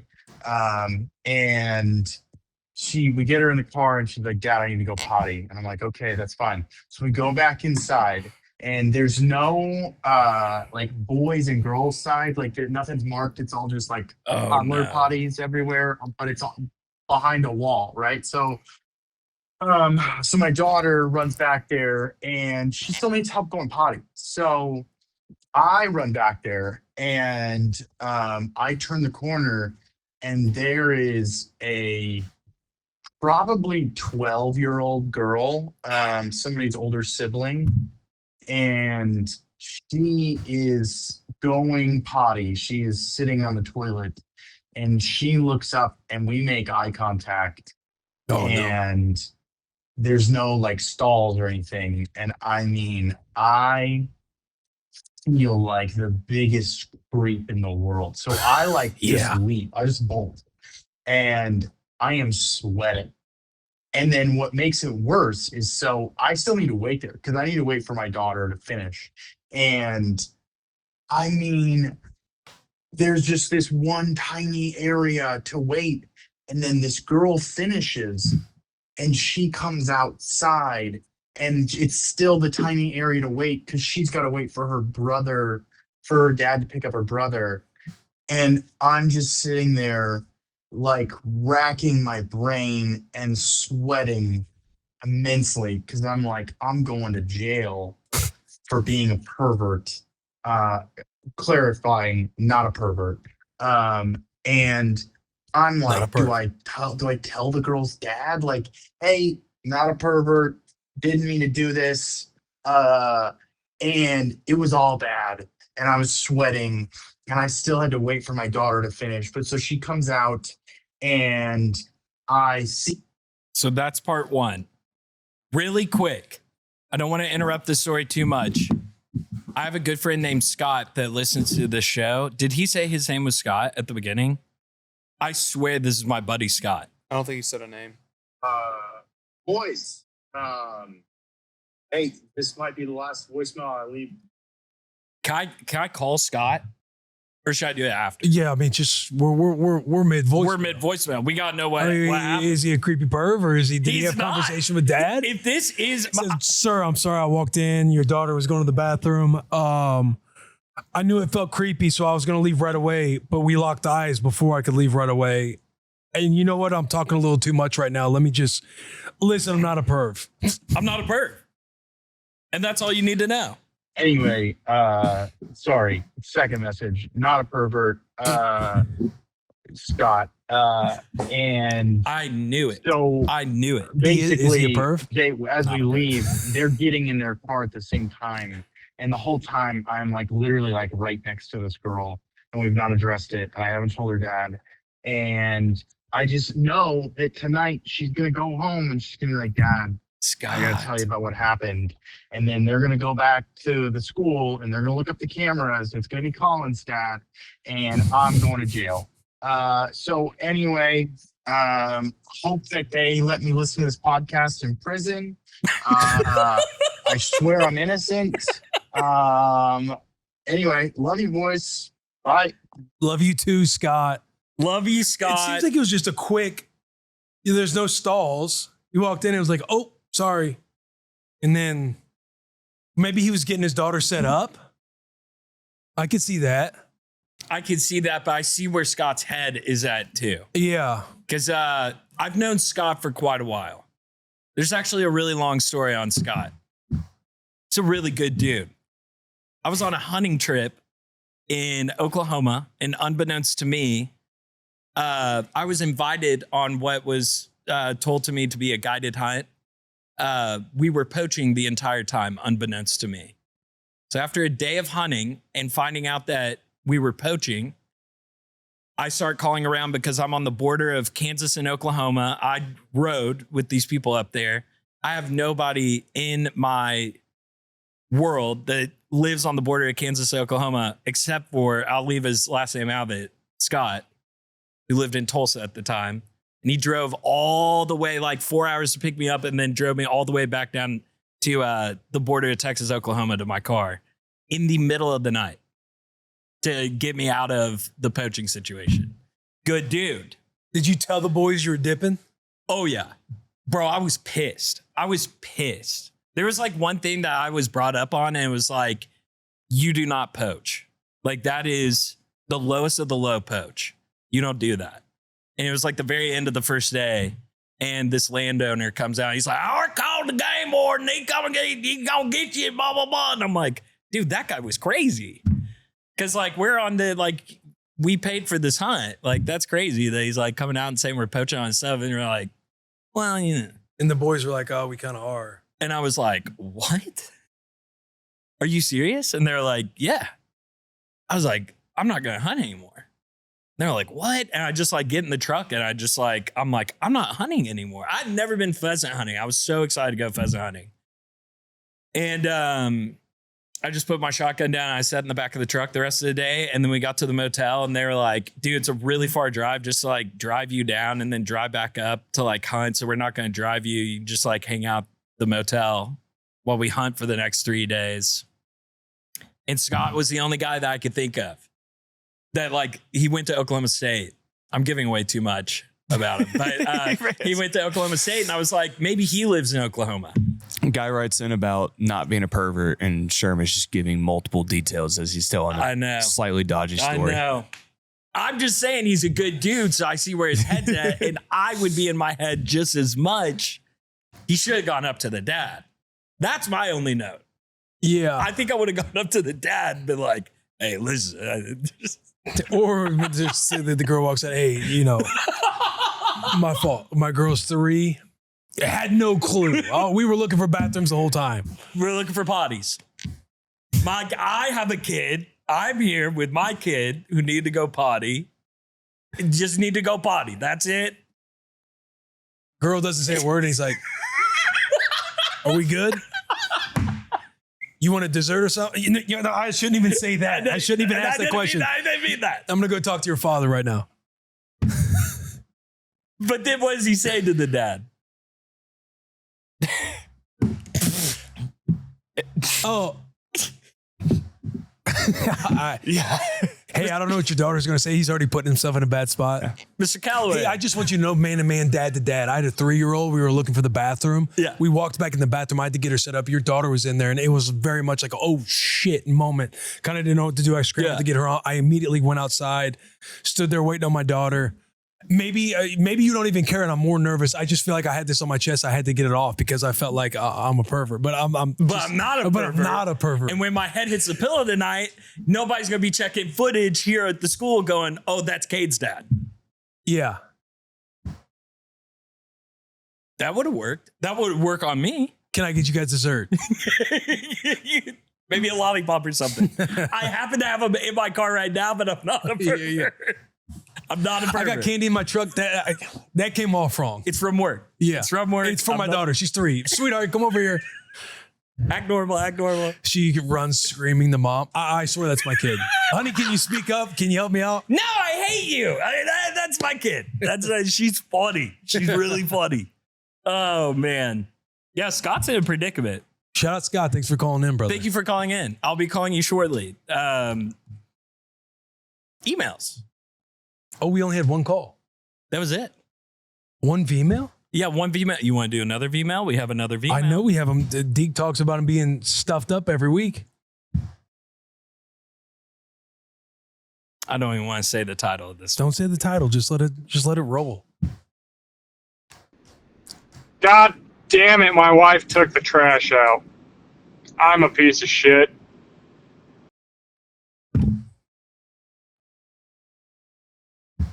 Did you see what I meant? Yeah.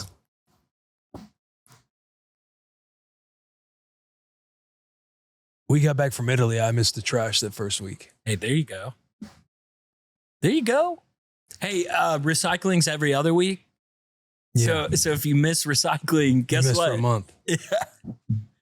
I missed that 2 weeks ago. Oh, actually, when I forgot to take out the recycling, I come back. My neighbor has a 7-year-old daughter.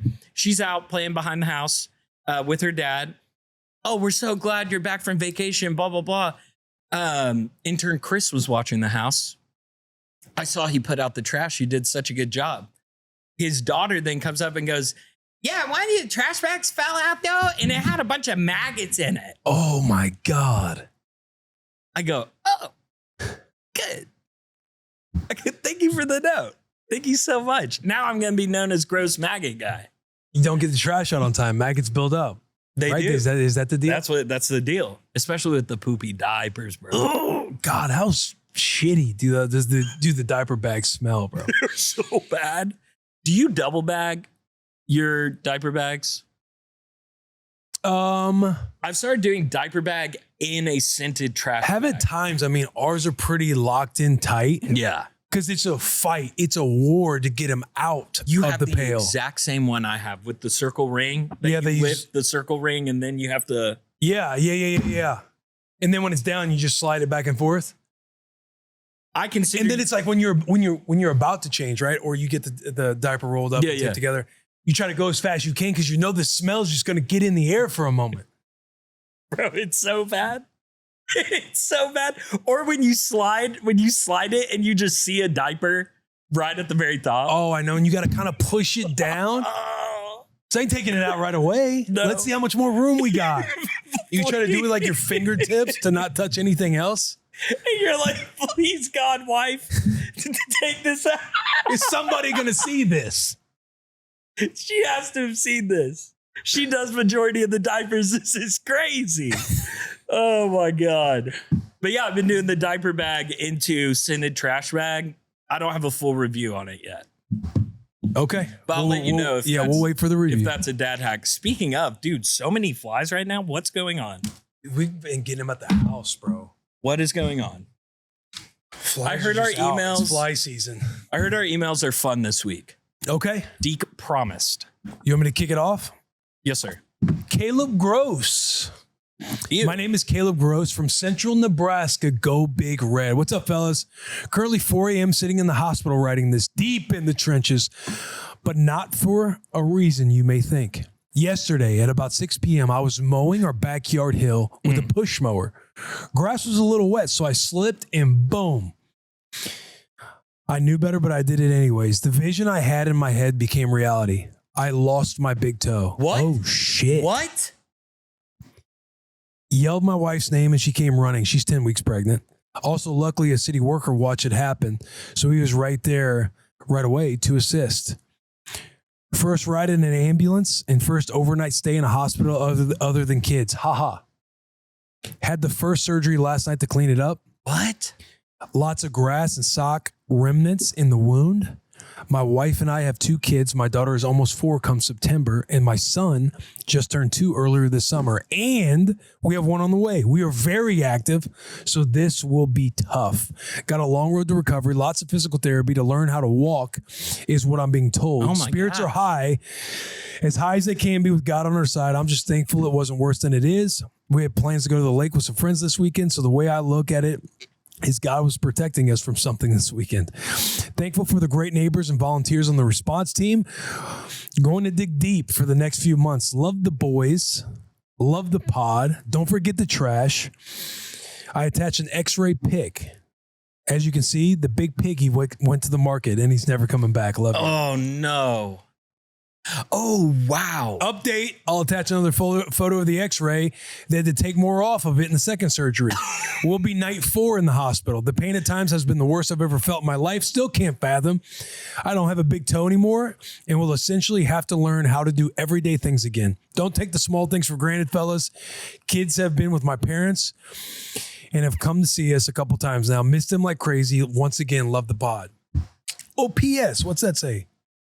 Willie C's right. Don't mow your yard. Oh, what do you know? Funny how that everybody works. wants to come at Willie C for not mowing the yard. There is risk when mowing the yard. You can lose your fucking big toe, boys. Biggie could go to the market. You can lose the big biggie. That sucks, man. That sucks. Yeah. Holy shit.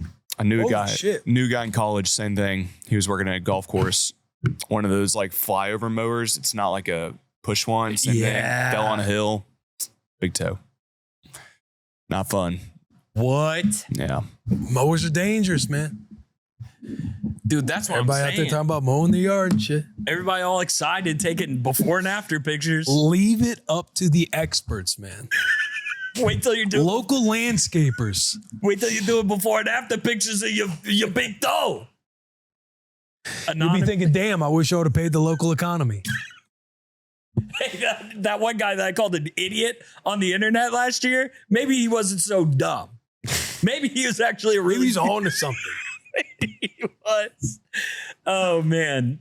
This came from Anonymous. This is one of our first Anonymous in a while. Hi, boys. Day 1 listener. First time write-in. Love the pod and the dad community that you have created for all of us to share. Sorry in advance for the long email. Would like to keep this anonymous as this is an ongoing dad loss. We can title this conversation, How Long is Too Long? And I'm hoping it can be a good conversation starter for the pod on situations that involve our in-laws, both current and future. I'm a proud dad of 2 kiddos, a 2.5-year-old and a 7-week-old girl, and we recently welcomed in early June. Congratulations. This is unfortunately where my dad loss comes in. My wife and her mom are, in all caps, very close. She usually comes to visit from out of state about once a week every month to see us and watch our son grow up. When our first was born, she ended up staying with us for almost 2 months. As newborn parents who were nervous about the transition to parenthood, this was a blessing, and we were truly grateful for the help. She kept up the laundry, helped with the bottles, helped keep the house clean, and helped be there for my wife when I couldn't. I ended up delaying my paternity leave to extend our son's time at home before going to daycare. But admittedly, it did feel like she overstayed her welcome towards the end of her time here. Since then, my personal relationship with my mother-in-law has been strained, to say the least. As a dad, I take immense pride in being the best husband, father, and family man I can be. However, when my mother-in-law visits, it feels like I become more of a third wheel in my own home, which can get frustrating and has resulted in some tension. That brings me to my ongoing dad loss. Our baby girl arrived in early June. Despite conversations with my wife on setting boundaries for how long her mom would stay with us, she ended up staying at our home for a little over 2 months, followed by a 10-day trip without me back home to introduce our daughter to the extended family. The dad loss comes in because it is obvious that my frustration with my mother-in-law has been a stressor for my wife and our relationship. This realization sucks to live with, but I'm finding it incredibly difficult to deal with an in-law who I've communicated by my boundaries with, not parenting my child, allowing me to perform my regular duties around the house, giving me the space to interact with my children on my own, with my wife, etc., but has repeatedly been crossed anyways. She openly acknowledged that she understands the boundaries I've tried to set, but believes what she is doing is right and thinks that because I was not raised in a home that had the support of grandparents, that I essentially don't know any better. I just finished up listening to the most recent Fat Stafford solo pod. Great job, by the way. Thank you, Anonymous. And his message on being a good teammate really resonated. That's my number one goal. But with any relationship, it's hard to achieve that goal if communication is strained and what we want may not line up. So with that in mind, I'm curious to know everyone's opinion on this. Basically, what is your boundary for in-law visits, and how would you and your partner approach this situation, especially if your boundaries are different? Not looking for advice. That's what the therapist is for, but genuinely curious to know how this situation looks from an outside perspective as we navigate in real time. All the boys are at different stages of their relationships, so I would think there may be different views that would be good to discuss. Oh, buddy. That's a tough one. I mean, take some balls to write that, by the way, even anonymously. Absolutely. Well done there. I'm yeah, I mean, curious, my too. marriage is my wife doesn't seem like the relationship that his wife has with her mom is similar to the one that my wife has with my mother-in-law. Not that it's different, worse, better, whatever it is. But similar. But yeah, as far as staying for months at a time or for weeks at a time, that's a tough one. My first instinct is, how much of a real conversation have you had with your wife? Sounds like maybe he has. Sounds like he's even had a conversation with the mother-in-law. Yeah. What I'm hearing on his version with the mother-in-law is that mother-in-law wasn't necessarily hearing what he was saying. Yeah. Something that we talk about in communication and one-on-ones here at the shop, at home, whatever it is. But a technique that I learned about from Chris Voss, who's like a negotiator, was the FBI. Like feelings, behavior, and impact. And essentially what that is wrapped up in that acronym is you're telling mother-in-law, hey, when you do X, you're describing the behavior. It makes me feel like a third wheel. And what I'm worried about is whatever you feel like that impact is going to have on the relationship. So let's try to make one up. I feel like when you come in and I'm not going to say overstay. Maybe we need to have better expectation of what staying looks like at the house. And I don't know if these are your exact words to mom, because I don't know how mother-in-law is in that communication. But when these things happen and I come home, or you take care of my duties, or I feel like I'm not getting the right amount of one-on-one time, or I feel like I'm wanting to do something with my daughter and you think this other way is better, and I feel like you're overstepping me. And it makes me feel like shit. It pisses me off, but I also know you want to be a very intentional grandmother and you're a massive help. But what I'm worried about is if I feel like it creates this resentment because we don't have clear expectations and clear boundaries not only with each other, but it also creates a little bit of friction with my wife because we go back and forth at it with each other. And I'm worried that's going to continue to happen if we can't figure out what these clear expectations are. If she's hitting you with, you know, you didn't grow up with grandparents. You don't really know what you're talking about, or you don't really know any different. To me, that tells me you're not really being listened to. You know what I mean? He's not being listened to in that situation. Like if you are, it'll be a very productive conversation. Because if somebody were to tell me like something like that, like, hey, Will, your behavior makes me feel this way. Therefore, here's the impact I'm worried about if we don't get it corrected. If I'm fully digesting what you're saying, say we're in a one-on-one, I need to fully listen to you and understand you and be in your shoes for us to start finding any kind of solve versus, you don't know any better, because I'm kind of just shutting you down. It sounds like he feels like he's being shut down. Yeah. And again, we only know his version. We only know his version. Like you also can't be somebody like you have this, you're looking for confirmation bias anytime you step in the room and say grandma's playing with the kids, and that just fuels there goes grandma again playing with the kids. They know I don't want her to do that, or whatever it is, whatever you're making up in your mind to build this resentment. That's obviously that's not going to be helpful for you or the relationship you have with your wife or grandma. Yeah. But all of mine completely stems from the root of if that was happening with me and I was feeling a resentment or a buildup of grandma overstepping or my wife's parents kind of overstepping, it would very much start with a real conversation with my wife in a calm tone to be heard. Ding, ding, and ding. articulate it the best way you can to where you're not looking for an argument. You're looking to strictly say, when this behavior happens, it makes me feel like this. And here's what I'm worried about. Because what the other position can't do then, right, is tell you how you feel. If you go in and say, you do this, not when this behavior happens, you do this. Always do it. Yeah. When you always do X, Y, and Z, and it pisses me off because blah, blah, blah, blah. You're putting them on the opposition. Their guard goes up and because you're telling them, you're telling them what they do and how they feel from it. Yep. Because I know when your mom does this, she's thinking this because I've already had this conversation. Well, that doesn't work because you're talking about somebody else. Yeah. You can't tell somebody else how they feel. Yeah, now you're telling them how they feel. If you could speak strictly from how you're feeling, the other person can't tell you how you're feeling. You're just laying out, dude, this is what I'm worried about. Obviously, I care. Like, we're a family. We're a tribe. You're my wife. Like, this is my family as well, like as much as it is you, like all of that stuff to where you're speaking strictly from your shoes and what you're worried about happening if something doesn't get corrected.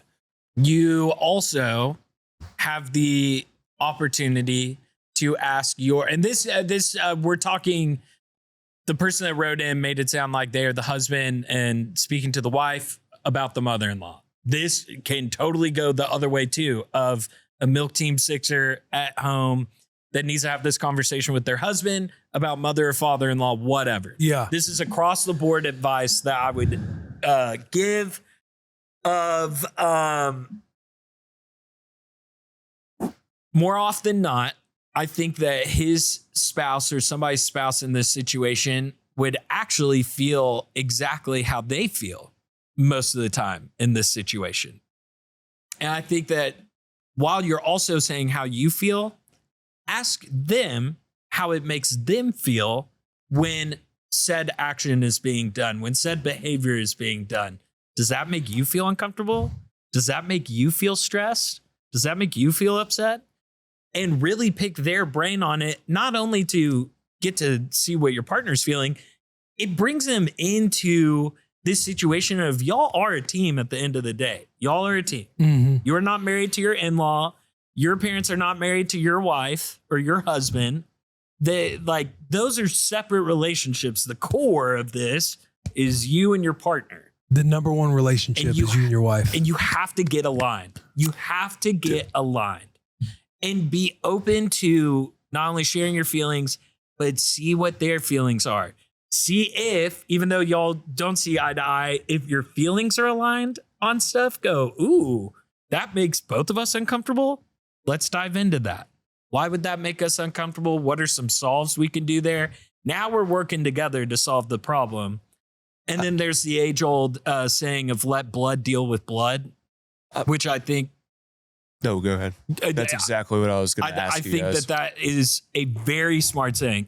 I think you can totally speak up for yourself in situations of like, hey, like making yourself heard to the in-law or to like anybody in your spouse's family. But always smart to first go to wife, like Will said, and be like, hey, this is how I'm feeling. This is what's going on. Da, da, da. And if they agree strongly, it's like, can you please have that conversation with them about this?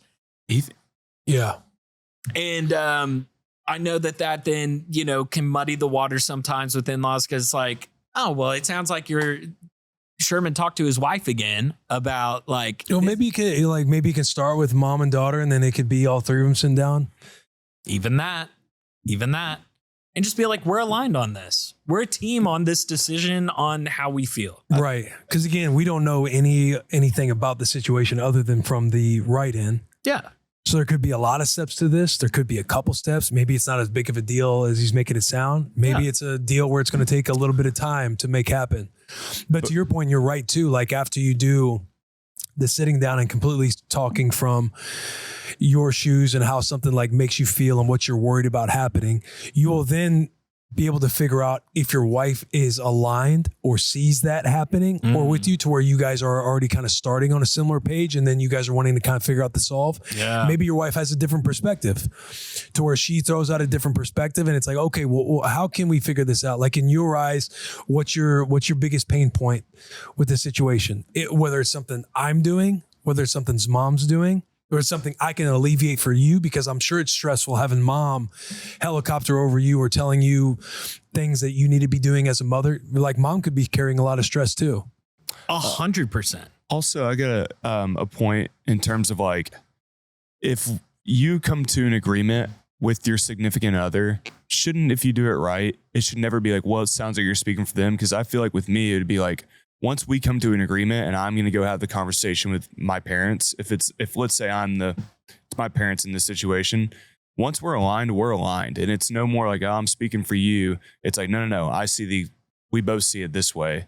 Once you come to that understanding, I feel like that would be a big point of it. I'm writing notes just for, I don't have this issue, but it's like, I don't have to deal with it in this way, but I'm like, I feel like that's something where like, if it was towards my parents, I was on the wife's side of the ball, I would be like, once we figure it out, I'm going there and I want to be the one that handles it and not put her in that spot because I feel like in-laws, that's a tough spot to have those kind of conversations. It's a tough spot, but it's that is, without going into any detail, just knowing of a situation, that is something that in-laws can say pretty often of like, this doesn't sound like you or the type of decision that you would make. Did Charo tell you to say that, Will? Like this, like I'm just surprised that, like, is this how Charo feels or is this how you feel?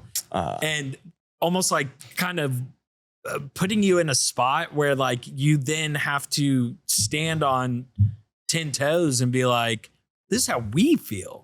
Charo and I, Will Compton, feel this way. Right. Yeah. When you look at me and you talk to me, you're also talking to my wife and talking to my wife. I ain't going behind her back and saying something crazy. Yeah. And she certainly isn't going, you're my mouthpiece, go do it, even reluctantly, like, so that's where that can come from. Gotcha.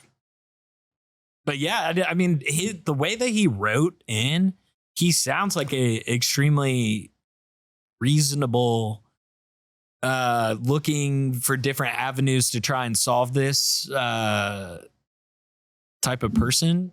I hope he gets it figured out. I would say start with wifey. Yeah, have a lot of combos with wifey. Number one is definitely wifey.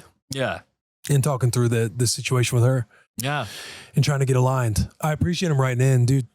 That it takes balls because sometimes it's hard. Like you care so much about something and sometimes it's hard to go about it the right way because it's just like emotional driven. And sometimes like, I know it helps myself when I'm trying to find answers for handling a conversation one way. It's like coming across stuff. Like when I learned about the FBI stuff, I'm like, oh man, this would help me so much in a lot of day-to-day conversations versus something weighing so heavy on my mind. And you don't necessarily know how to articulate it, just that it's like festering up, but then you just butt heads. Your lid gets flipped, their lid gets flipped, and you're not really handling anything. Yeah. And that's what it all comes down to is it's not like at the end of the 2 months that it's like, oh, okay, she overstayed her welcome, and that all of a sudden comes out of nowhere for the guy that wrote in. He's probably feeling that like week 3. Yeah. Wait, we're doing 3 more weeks of this? 4 more weeks of this? Yeah. Dang. Yeah.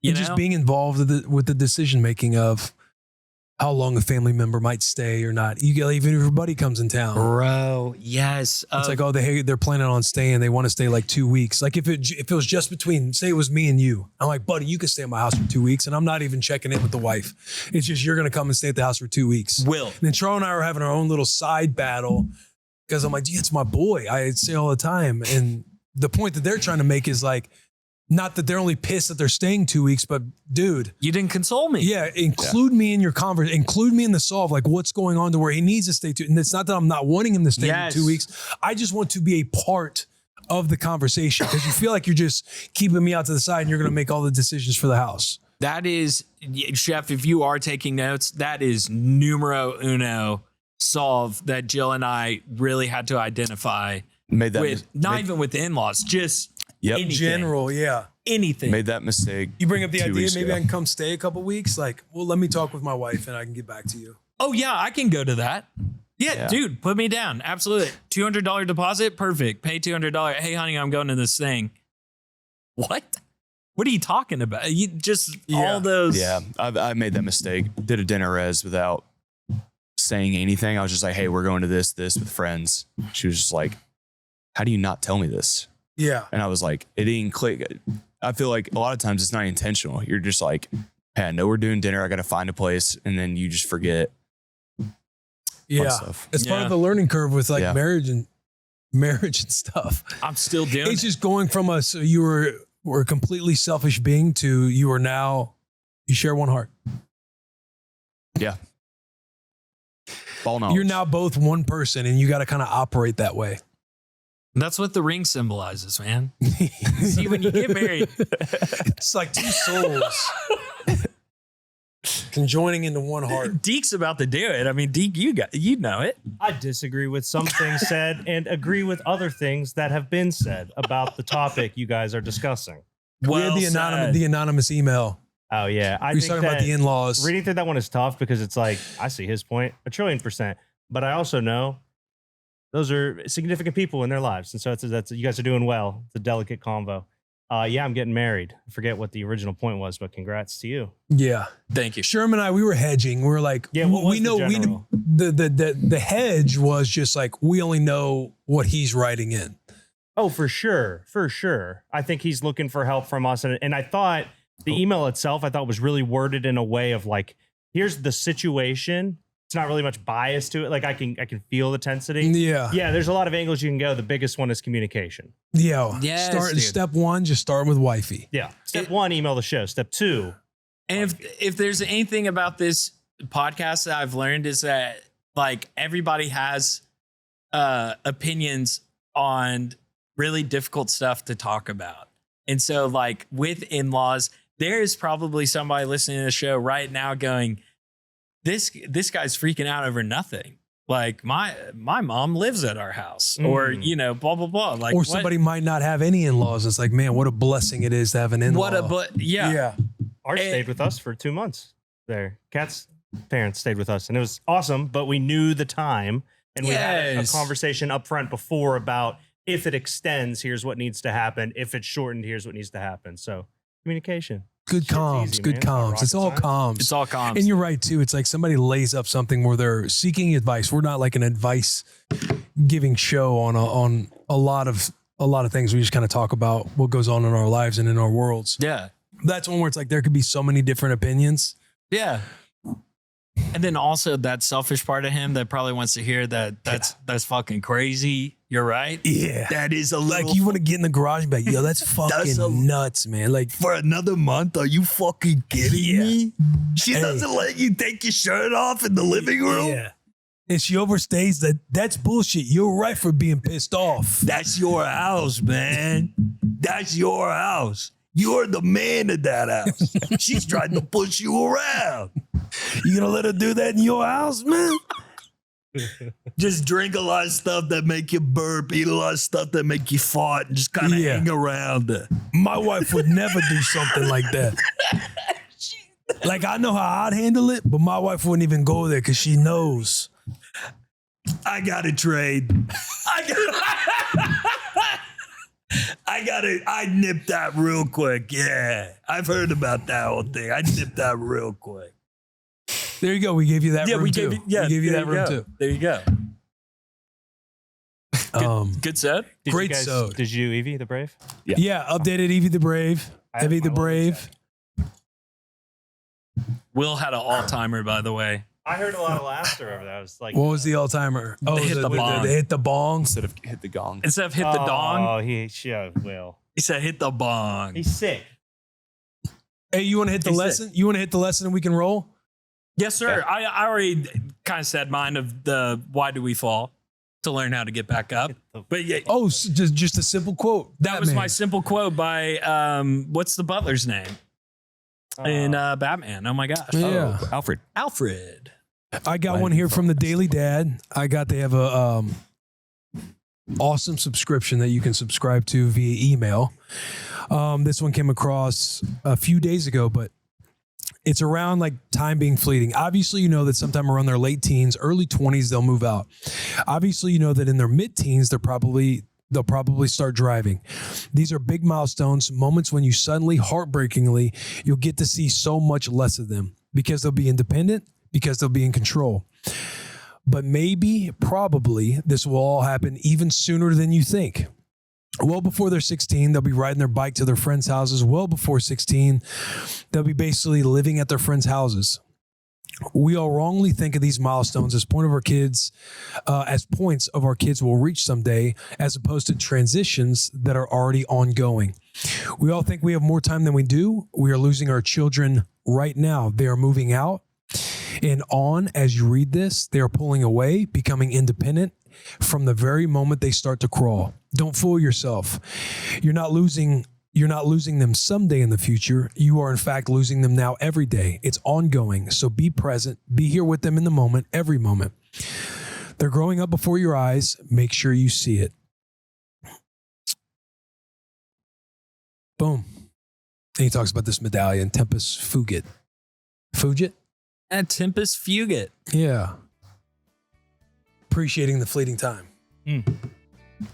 But anyway, just another one, just to remind everybody out there, we all got kids growing up. We all got things going on. We all got stresses in our lives. Yeah.